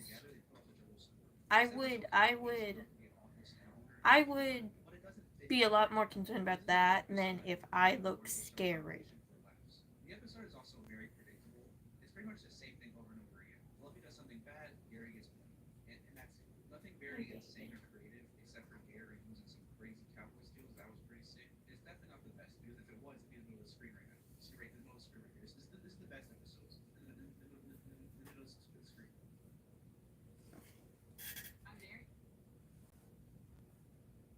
Oh, the baby girl, the baby girl.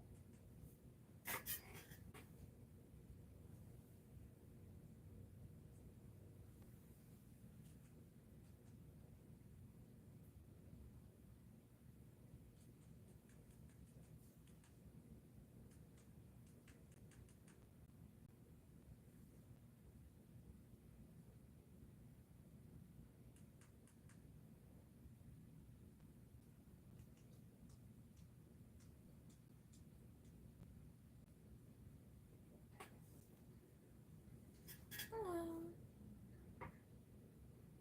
I know.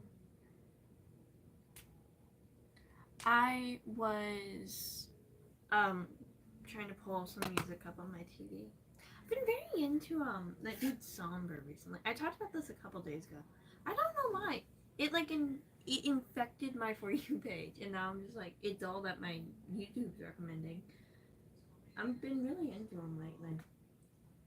Weirdly enough, it's kind of it's the complete opposite of anything in my love life whatsoever, but it's like realistic, if that makes sense. I also really like the tone when like he harmonizes like in his vocal range. And he's just like, ah. I like that tone a lot.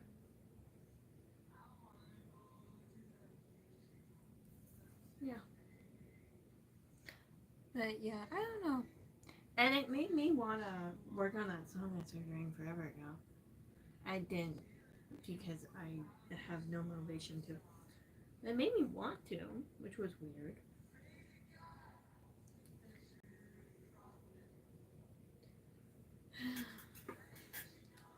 People have issues with me, and that's just fine because they're all pathetic motherfuckers in their basements. At least I have windows. Do you have windows? I don't think so. Yes.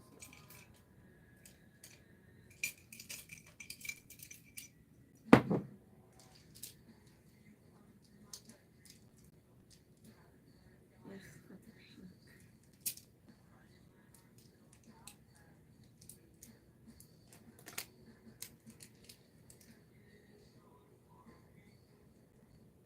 No. That'd be really stupid. That's a really lame joke.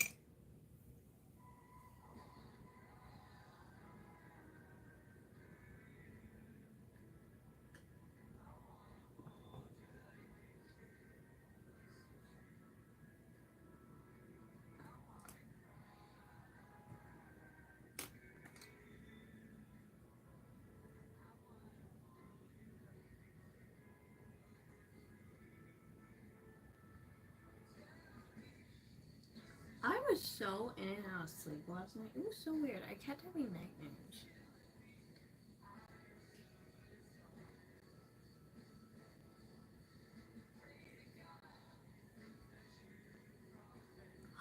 None of your fucking business. Oh my god. There's actually this continent called None of Your Fucking Business. It's almost like that is a personal detail of my life that I don't just answer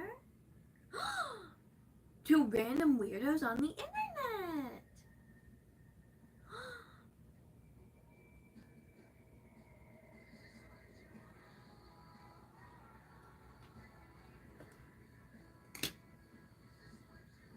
It's almost like it's like really weird to sit there and be like, where are you from?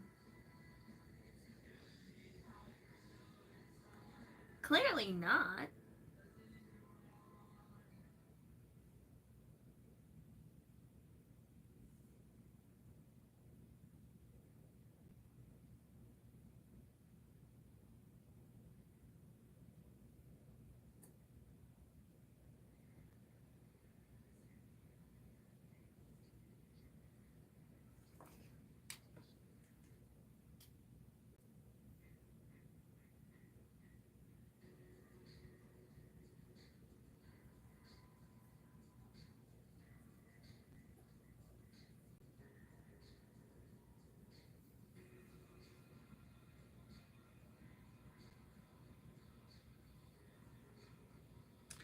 didn't offend, just it's really fucking weird. He's, you know. I already get a lot of hate. I don't need someone putting a hit on my head. Which sometimes the hate comments really do seem like they're trying to do. Like actively, like they're trying to find me to kill me. And that's great. And not incredibly worrying and keeps me up at night at all. You know, because I get a lot of positivity clearly, but like I also get so much hate. And every single person I grew up with is a fucking sellout. So honestly, it's like the same reason why I don't super promote my Instagram is because I follow people separately on there, and I'm just like, I don't need people contacting other people being like, hey, I will give you $10,000 if you tell me where she lives. Which sounds like a fucking insane statement, but it's completely realistic. And it's just...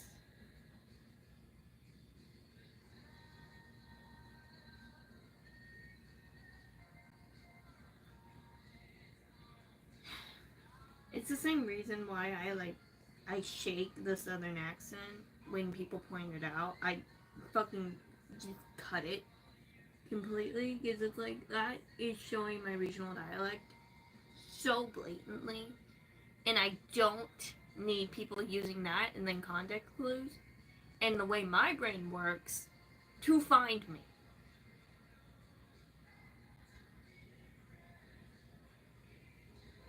It is really the easiest thing to find people to the point of it's fucking absurd, and I don't need that.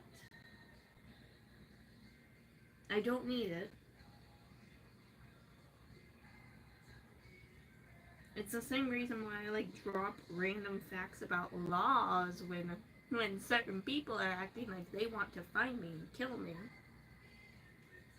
Why I drop certain things about certain laws that could save my life if that person did that. And I just sound like a fucking encyclopedia, but in reality, I'm giving them a fucking warning.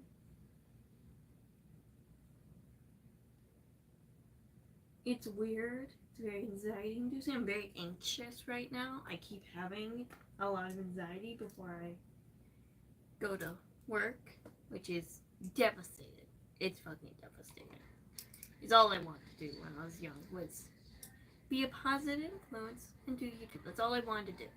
My whole childhood, my whole teenhood, my whole life. That's all I wanted to do. And now that I'm doing that, a lot of people really, really don't like me, and I really didn't do much of anything. And, it's devastating. It's fucking so upsetting.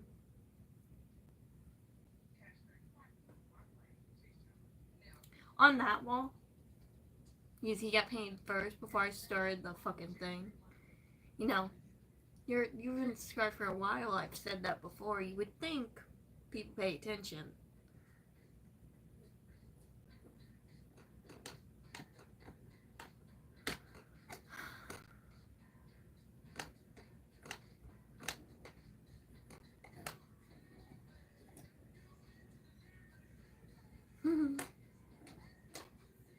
Well, I live in a country where people fucking enthralled with firearms. It's horrendous.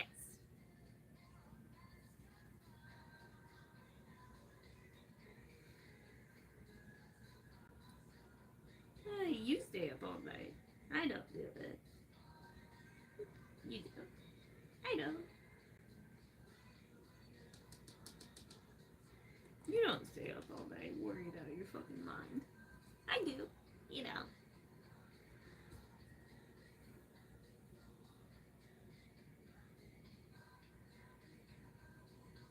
It's like even you can say a million fucking times don't let it get in your head. It's going to.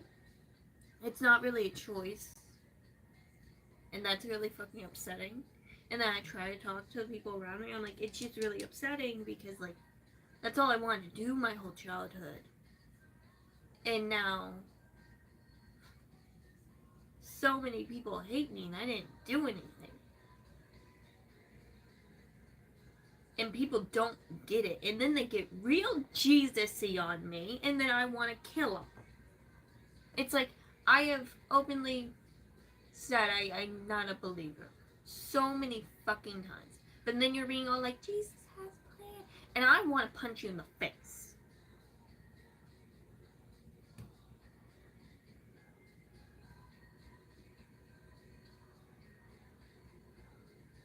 Oh, I'm sorry. Who the fuck is this? Hello. Yeah, it's really upsetting. It's really, really fucking upsetting. It's like, hey, you're good at it and you want to do it your whole life, but like, you're gonna get so much hate, and you never did anything.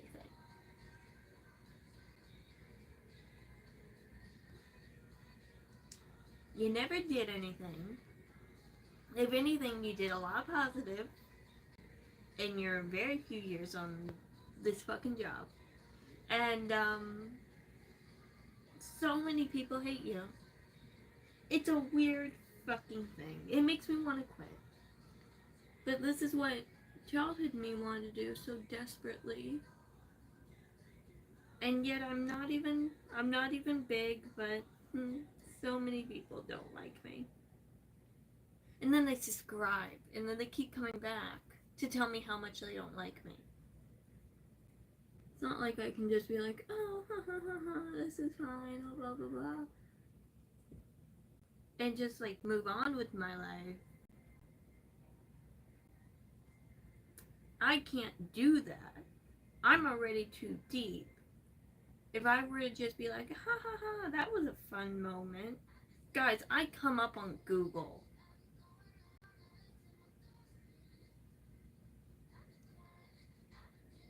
I can't just go on.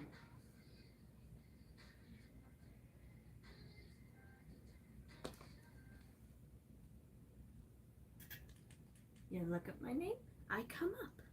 I can't just move on with my life and be like, la-di-da-da-da. I never did that.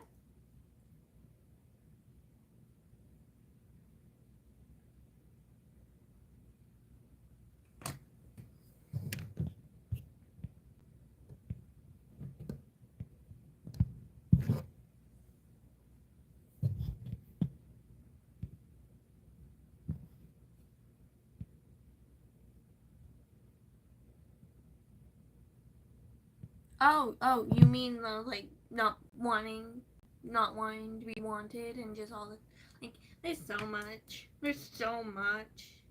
shit in my personal life I don't talk about, and then just everything else, all of the hate, it just eats you alive a little bit every day. Just eats you alive a little bit every day. And you can sit there and you can be rude and rude and rude and rude and rude and rude and rude.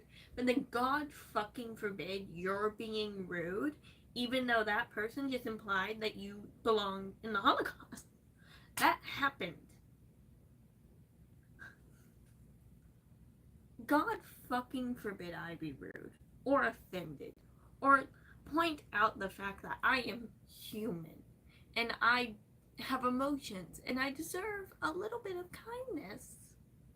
But these grown-ass white men just love to tell me how much I don't deserve any of this. I don't deserve to live. And like I just am this awful person. And I'm the most hideous thing in the world because I'm not full of fucking Botox and a nose job.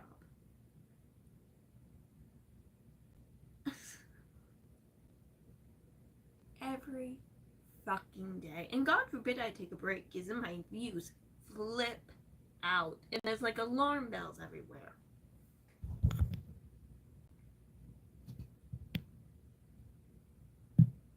Thank you.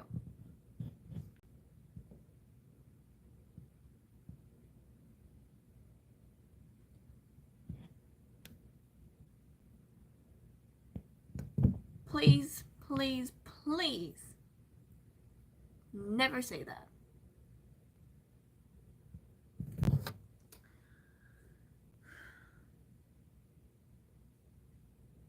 People come in here and they're all like, Jesus loves you. And you do realize just the more you shove something down someone's throat, the more they want to just strangle the fuck out of you and like actually cause harm to you. Like, you come in here all fucking swinging about your crosses and shit, being like, Jesus loves you, even though he is openly, if real, caused you problems.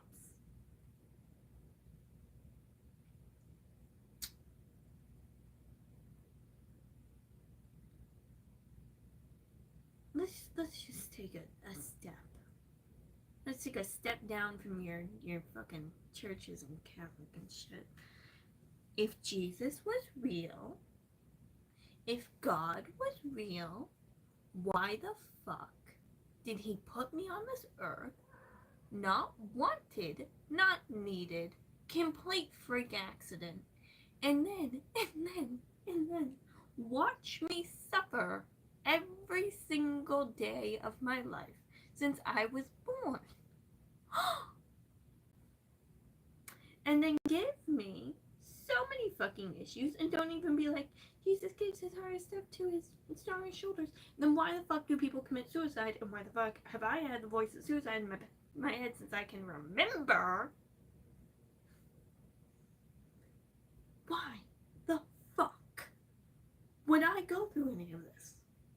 Do you know how many days I just sit here and I think, holy shit, if reincarnation's like real, was I like a horrific dictator and like killed a bunch of people?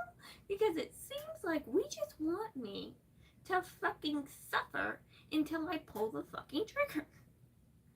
It's an insane thing to be like, Jesus loves you, but he's gonna put you through hell. He's going to put you through hell before you're even fucking like people can understand the words coming out of your mouth. It's bullshit. It's bullshit. And frankly, I can't. Why the fuck?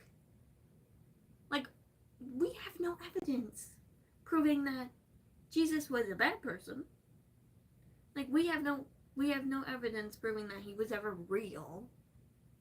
So, who's to say that he wasn't the worst fucking person alive and someone went, I'm gonna make your life hell? Like, what's proving that? There's no proof he's alive. Well, was real or ever alive.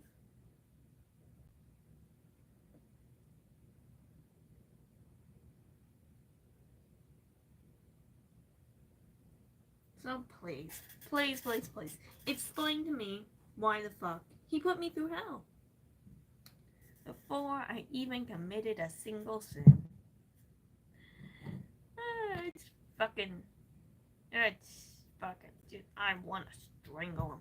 If he's real, I'm beating the ever-living crap out of him.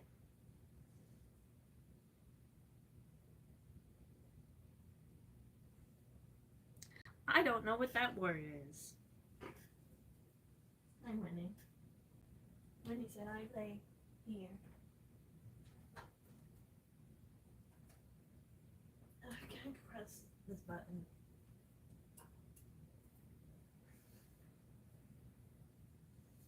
Literally. Was like, you know what, you're a child. You did nothing wrong in this world. Fuck you. What'd I do? I did nothing wrong. I was born. Who's in charge of babies? I'm assuming Jesus. We're mad because I was born out of wedlock. But you're in charge of the world. But you're mad at me. And I'm supposed to think you're real. And not the devil.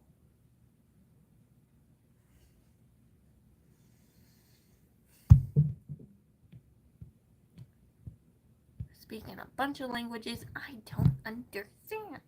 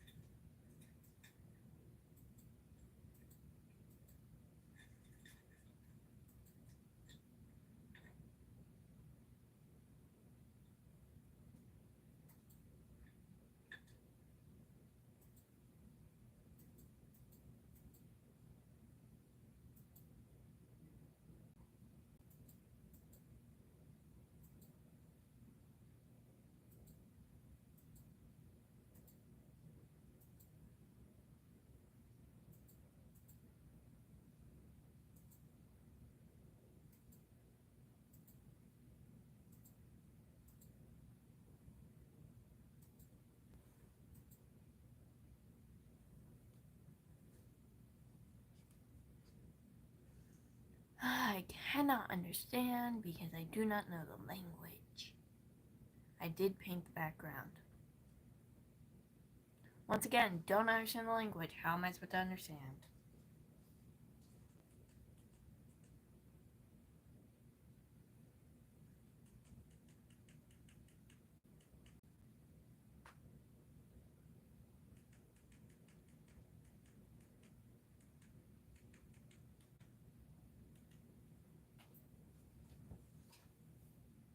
Across its many Texas locations, Signature Care Emergency Center provides prompt Australia, easily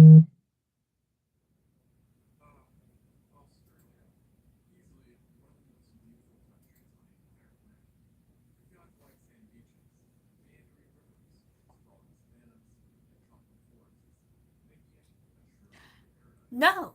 And yet, here's one Because I am not a professional. No one will hire someone who is not a professional. adopted most of us of animals and nature that we have, such as ourselves, ranging from venomous everythings to giant predatory reptiles and fish that could remove a limb or two with ease. And while not exactly apocalyptic, Why in the fuck are we asking if I've done one for somebody when we all know the answer is no?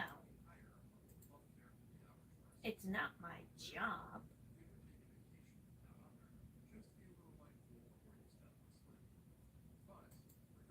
That would be great. If my internet could connect, that'd be fucking awesome, in fact.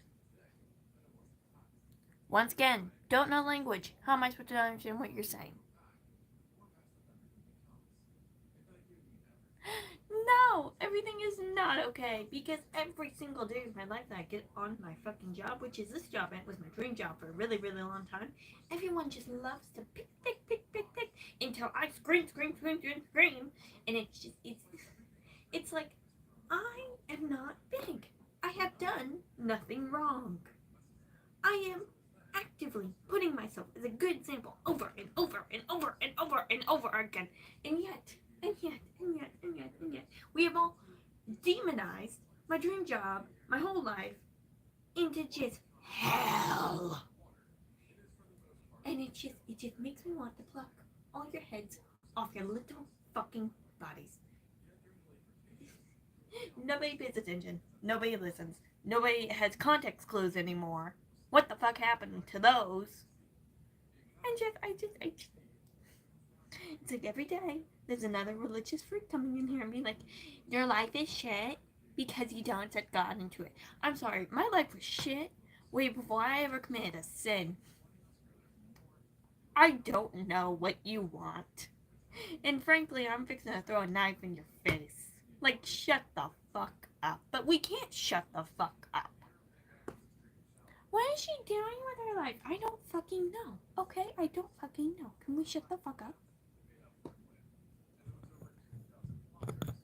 It's almost like I can't do that, you fucking bitch.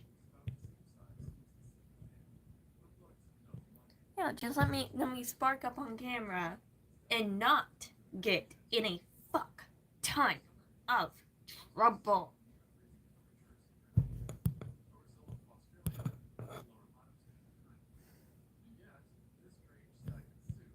Like Stephen said. My time will come. My time should have come a long time ago. How long have I been doing this? Oh my god, I've been doing this for almost 3 years. And yeah, I'm aware that's insane that this is how far I've gotten in 3 years and haven't really tried. Good for me. But consistently, as an internet thing, I've been doing this way too long, and I'm getting really done. I'm so done. What is your job? You keep pointing to us when you say job, but I have no fucking context clues of my life. Because I'm just a fucking moron. Context clues. Wild guesses. Think. Use your fucking brain. Think.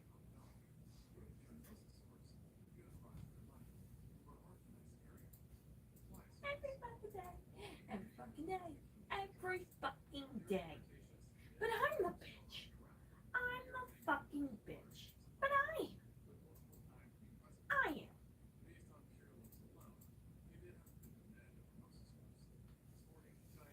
I'm so hungry.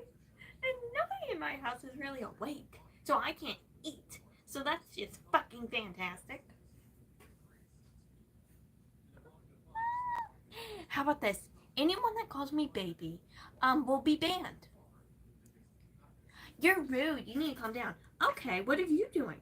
I'm gonna ask you what you doing every 5 seconds now for the next hour. What are you doing? What are you doing? What are you doing? You know, I have eyeballs and ears, and I could pay attention, and I could be listening, but I'm not fucking going to. I'm just gonna keep asking, what are you doing? What are you doing? What are you doing? What are you doing? You know, I can read, and I have context clues, and I have eyeballs, but I'm gonna say I hate you, and you did nothing. I fucking hate you. You're ugly and horrendous, and you should go die in a ditch. But you know, I have context clues and eyeballs and ears, and I have no knowledge of you at all. But I'm just gonna be a bitch. Now imagine that every single day by people who are fucking 4 times your age. Every day. Every day. And then you get off your live and you're a little pissy. Because everyone just spent all their energy trying to piss you off for the pure giggles and kicks of their idiotic IQ level 2 crap.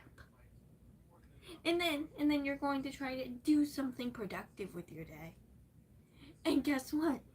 The people you live with are going to cause an issue, and oh, you need to pee. You can't pee. Because everyone's in the bathroom all the time, no matter what. Well, the bathrooms in the house, but everyone's always in the bathroom. So then you can't pee. So then you're mad. You need to pee. Then you can't pee. Every day.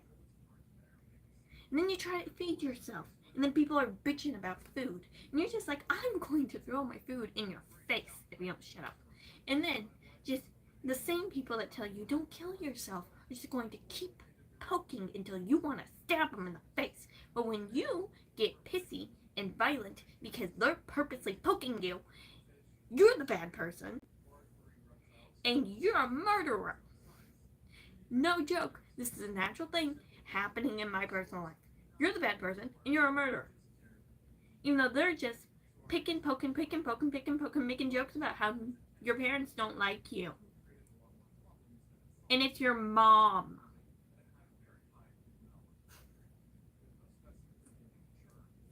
But you're the bad person. You're the bad person. And this goes on repeat every day. All day. Until the day you take your life. Until your brain finally snaps. And yet you fucking do it. And that is my life. That is my life in a nutshell. So yeah, I'm fucking mad. I'm mad. And I curse excessively. But if you were this mad, you'd do it too. You would do it too. Just, ooh. But I'm the bad person. I'm the bad person on here. I'm the bad person in there. I'm the bad person out there. I'm the bad person everywhere. But I am never the person indicating the bad shit happening. Just at some point, you start thinking, maybe just everyone should die. You're not gonna kill nobody, but that's all your brain can think at this point. So you're just like, I fucking hate people. You generally start hating people so obsessively and violently that your life is just shit. Every single day. Since you can remember your whole life. It's a great life, I'll tell you something. I'll tell you, it's a great time. Great time. Fucking great. And then people called you rude. And they're like, can you stop cursing excessively? No, I'm not. No. It's either I curse excessively or I throw a screwdriver through your face. There's one good option. It's the cursing thing. So let's to not tell me what to do. That'd be great. Okay, how about this? You pay attention to what I'm saying. Every day, somebody somewhere has to push my button and piss me all the way off. But then when I'm pissed off, I'm the bad person to everyone else. Because God forbid I have emotions.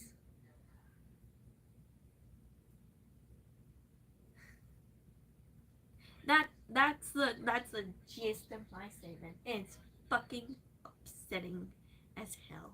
And one day I'm gonna snap and it's gonna be really, really bad for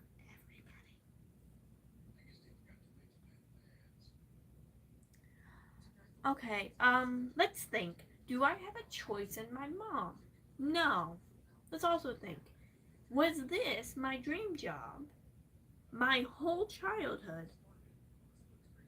And all I wanted to do, yeah. Did it start out this horrific? No.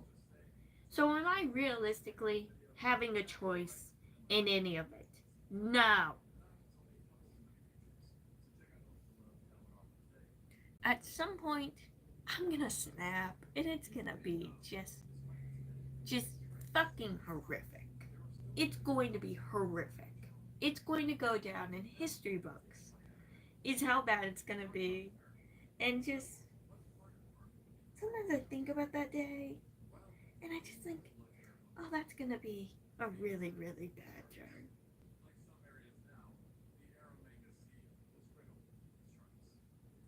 My dream job was being a positive, good influence. And you know how I thought I could do that? What's a great way to get to people? The internet. Did my shit start off just peachy and great and so much positivity? Yeah. Did a year and everyone start hating me really, really absurdly? Yeah.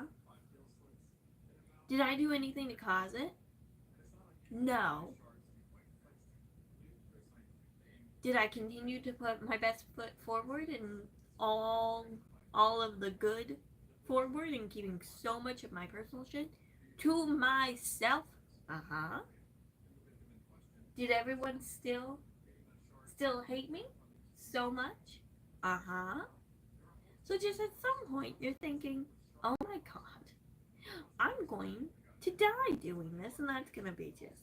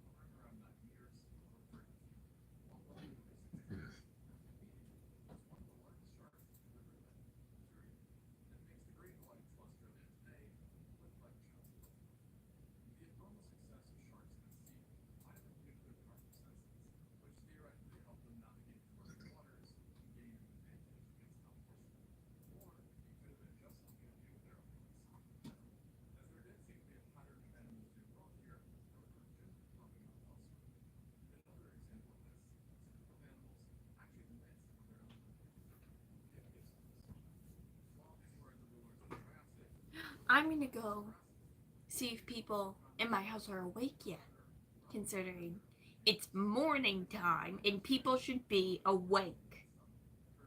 And if people are awake, I'm going to eat food. And let's all pray and hope. And maybe a little bit of manifestation that I am a little less snappy when I'm done eating. Because I'm going to fucking scream at any second. And I bones in half with my fingers. That's all I want. Let me read that fucking comment real quick. While these guys were reptiles, they did bear approximately 10% less dolphins, and like the year, their agility speed equivalent to depth ratio being between 3 and 5, which is the perfect amount against water resistance and gravity. They also possess the smooth skin, I will be back. all making them well conditioned swimmers in Australia, about 20% faster than any other marine reptile in their environment. And if you took a swim, you'd expect to see a few kinds flying about.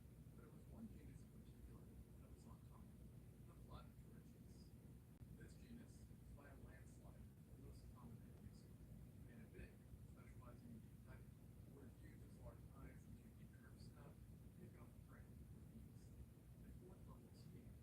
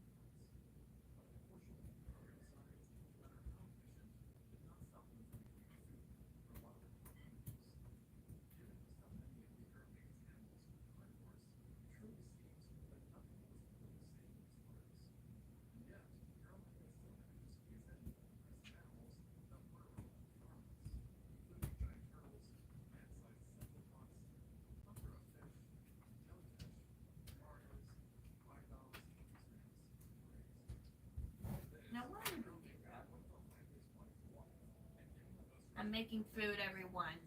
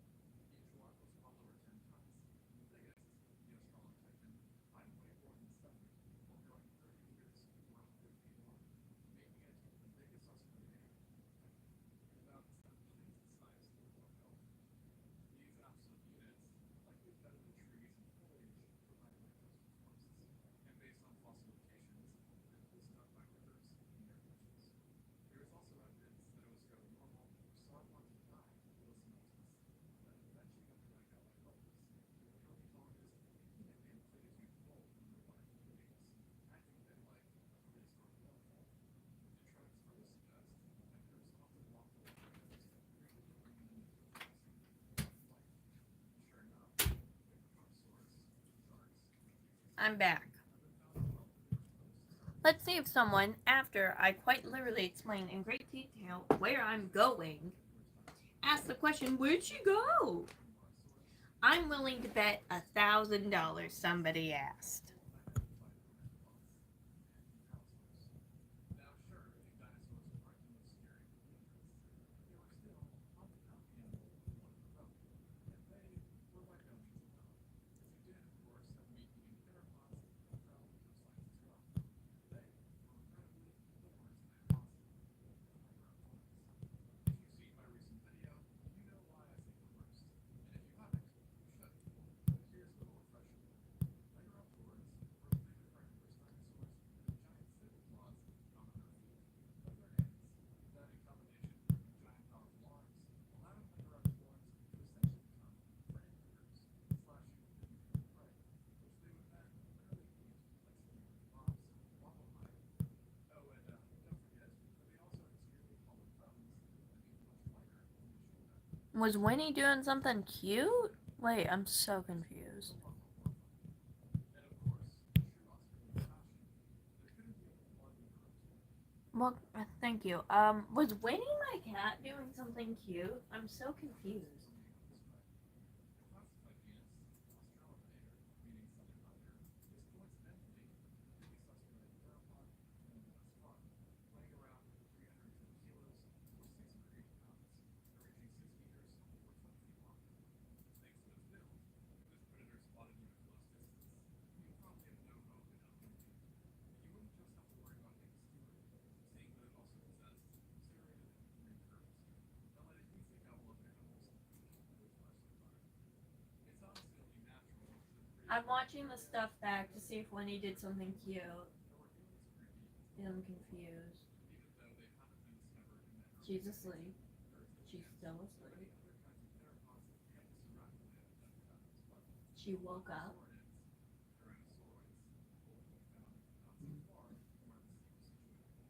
Then, tied all together, on top of the endless carnivores, Hey. also came through with Mother Nature itself. She's still up. Her head's up. For much throughout the Cretaceous, Puts her head back down. Australia would have dealt with rapid flooding as the sea expanded, ruining animals, and in some cases, causing mass drownings.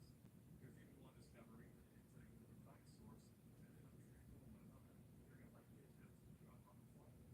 Frequent volcanic eruptions and subsequently tsunamis were also related to it. And during the later days, volcanic activity in the region began to take upwards. On land spent ash floods, lava flows, and other unpleasant things. Yet it was really in the sea where animals suffered, since the volcanism absorbed the continents it inhabited. I'm watching this back. And thus the name Nemo. And ultimately, it's thought that this was the final mammal to popular there, Let's back up. with intriguing movement She gets up. until eventually it became completely replaced by vast floodplains. She goes to the door. Researchers estimating that this appeared during the Algae extinction. She says hi to the door. So-called extinction, one of the scariest places to ever exist. Thanks for watching, and until next time. Hi. She starts pawing at the door. Give me a minute. I'm watching the stuff back on my TV. Not TV. My computer. She's pawing at the door still.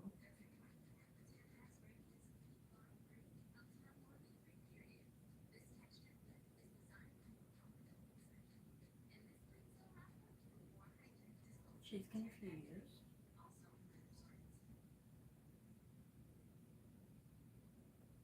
She's. Oh. So y'all just sat there and watched her scratch the door for a while? Is that what I'm getting from this? Okay.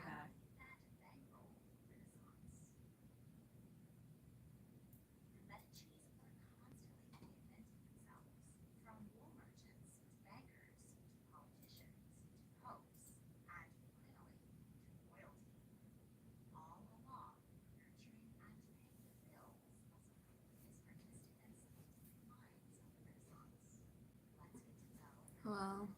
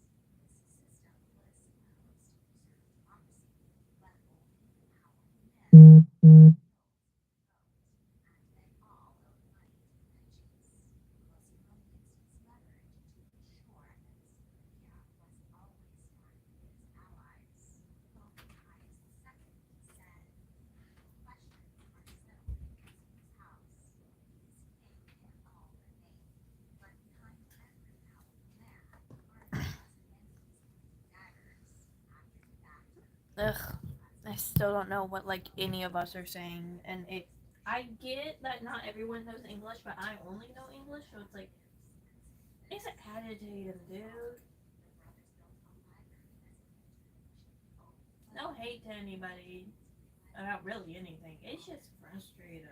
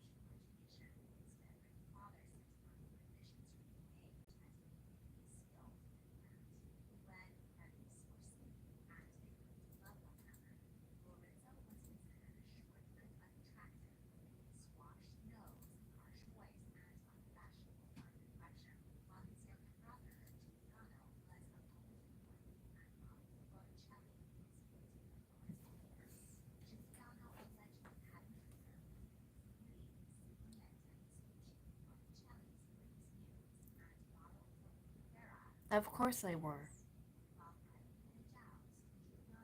Fucking of course they were. Isn't that great? In every language, we must be horrendous fucks to me. That's just great.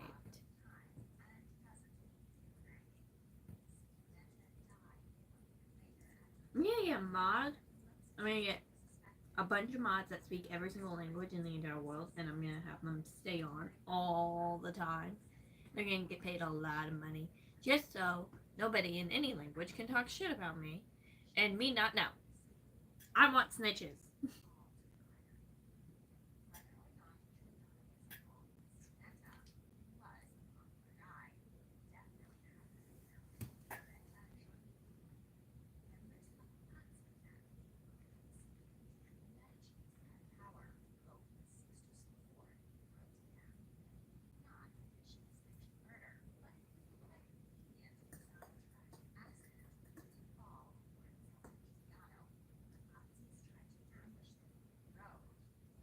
Hey, do you want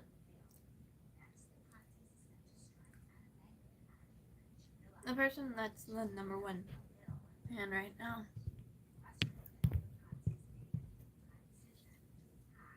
I'm trying to think, but I can't read any of the words happening.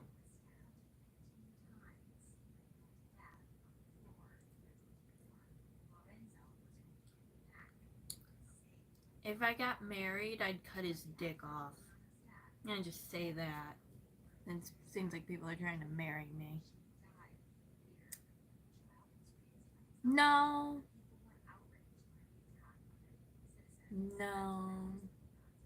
Die. Commit.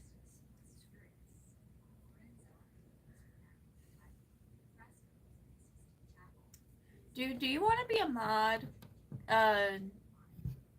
Fucking JJ. Since you seem like you know what people are saying, do you want to be a mod?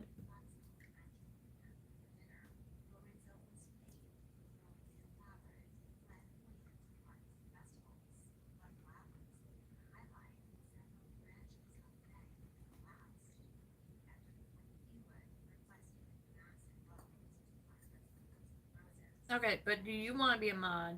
since you seem like you know what people are saying, to deal with that.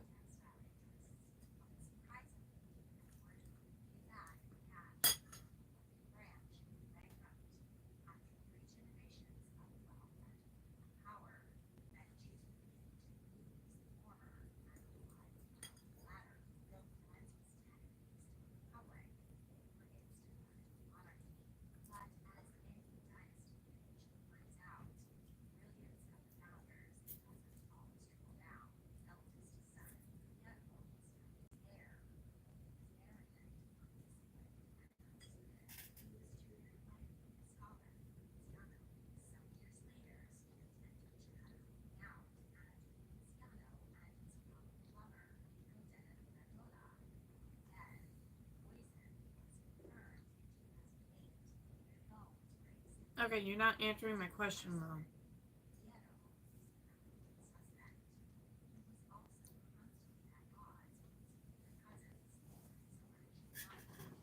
though. Okay. I don't know how long you'll be one, but just there seems to be an uprising happening, and I need someone to deal with it.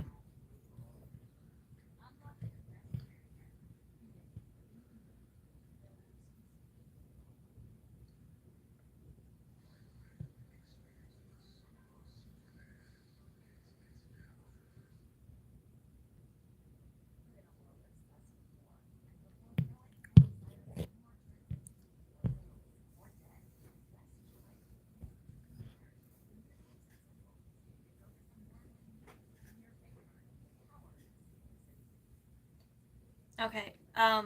Also, to one of my favorite little fans, Miss Twinkly Bows. Do you want to be a mod? Not like big boy mod, but like little mod, like you can put people in timeout and stuff. Because you're in here all the time, and I love you and I trust you.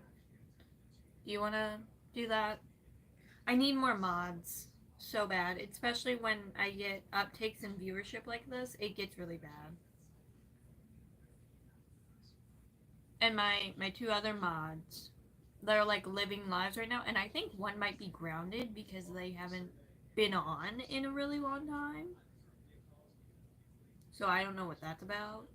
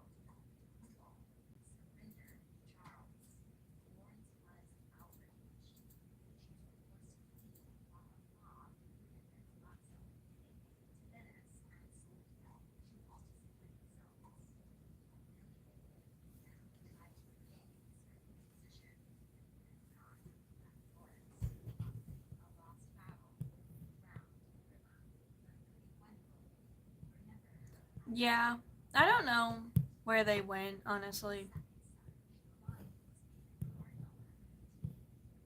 I think they might be grounded or something. I don't know. They haven't been on in a really long time.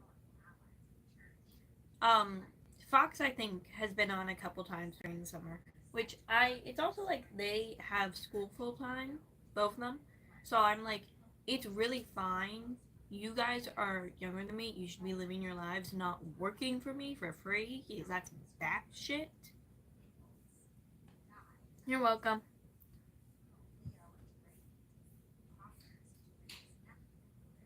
But yeah, I don't know.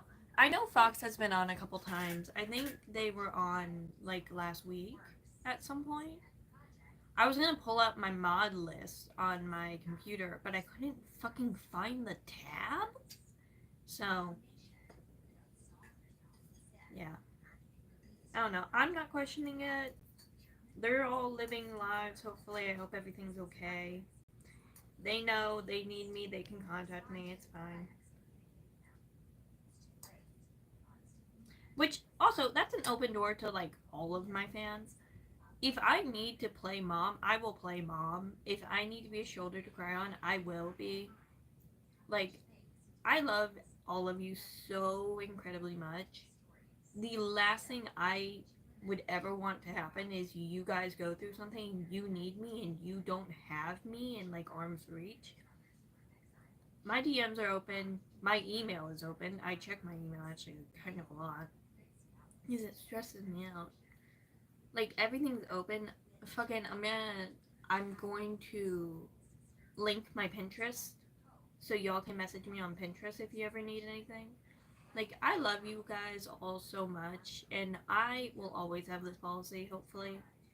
Like, maybe if I get like 10 million subscribers, it would be an issue, but like, if people need me, I'm gonna be there.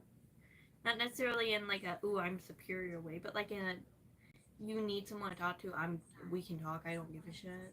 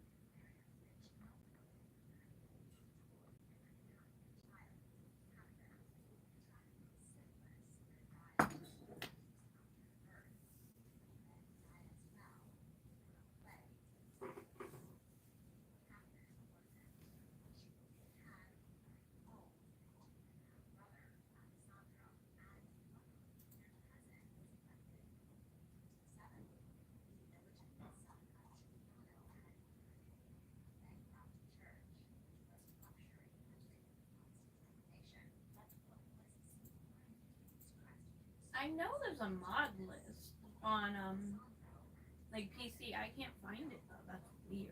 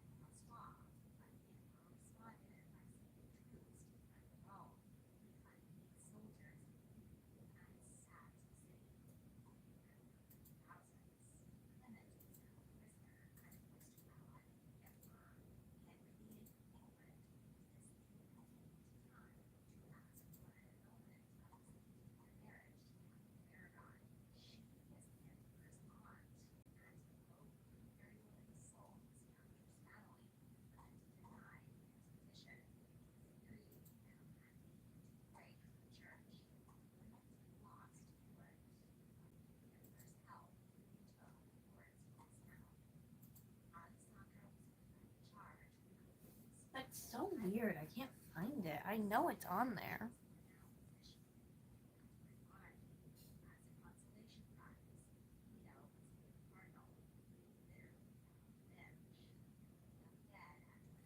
Yeah.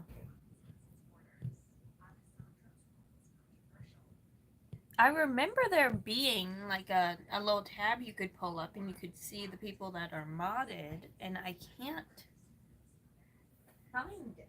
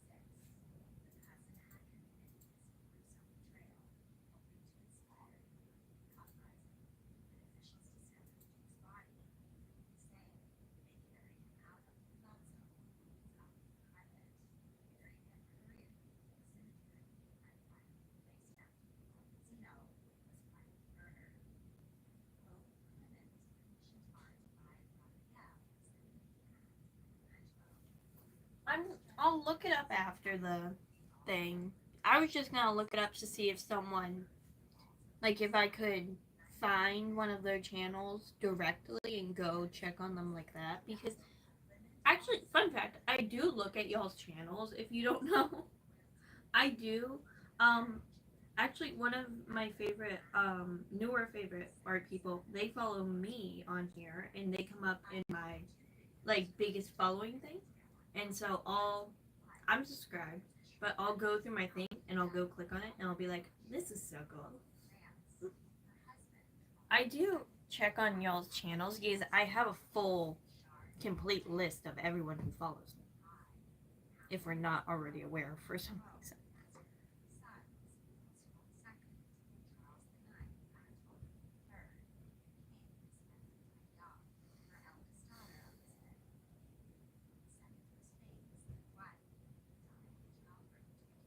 Oh, that's on the mirror. Okay. I was looking at something. I was like, "Is there a bug?" It's a dot on the mirror. I died. The fuck? No, I just put someone in charge of making sure people aren't talking shit. Oh shit. Okay. Bye bye. Don't pop in during your shift. That seems like a bad idea.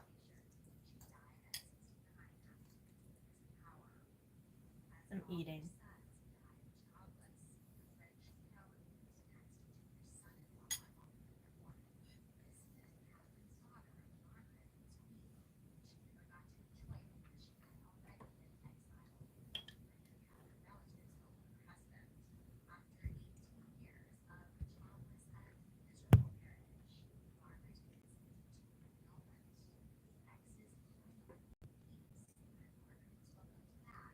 What does this XP thing stand for? That's weird. That's new. That's today new. I don't know what it's about.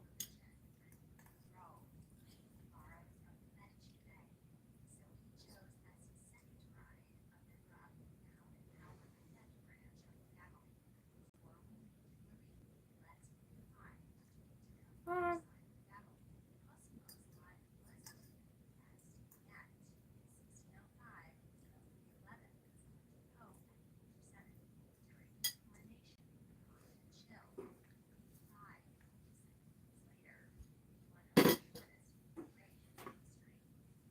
I'm putting this away.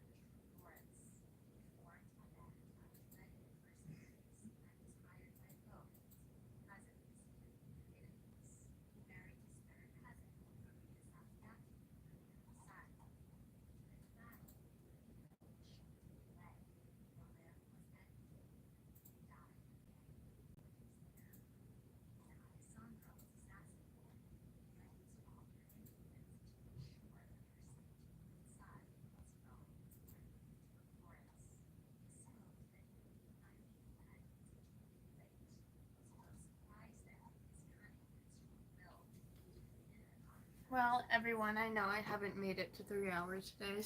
Oh, actually, I did. I just barely did. Okay.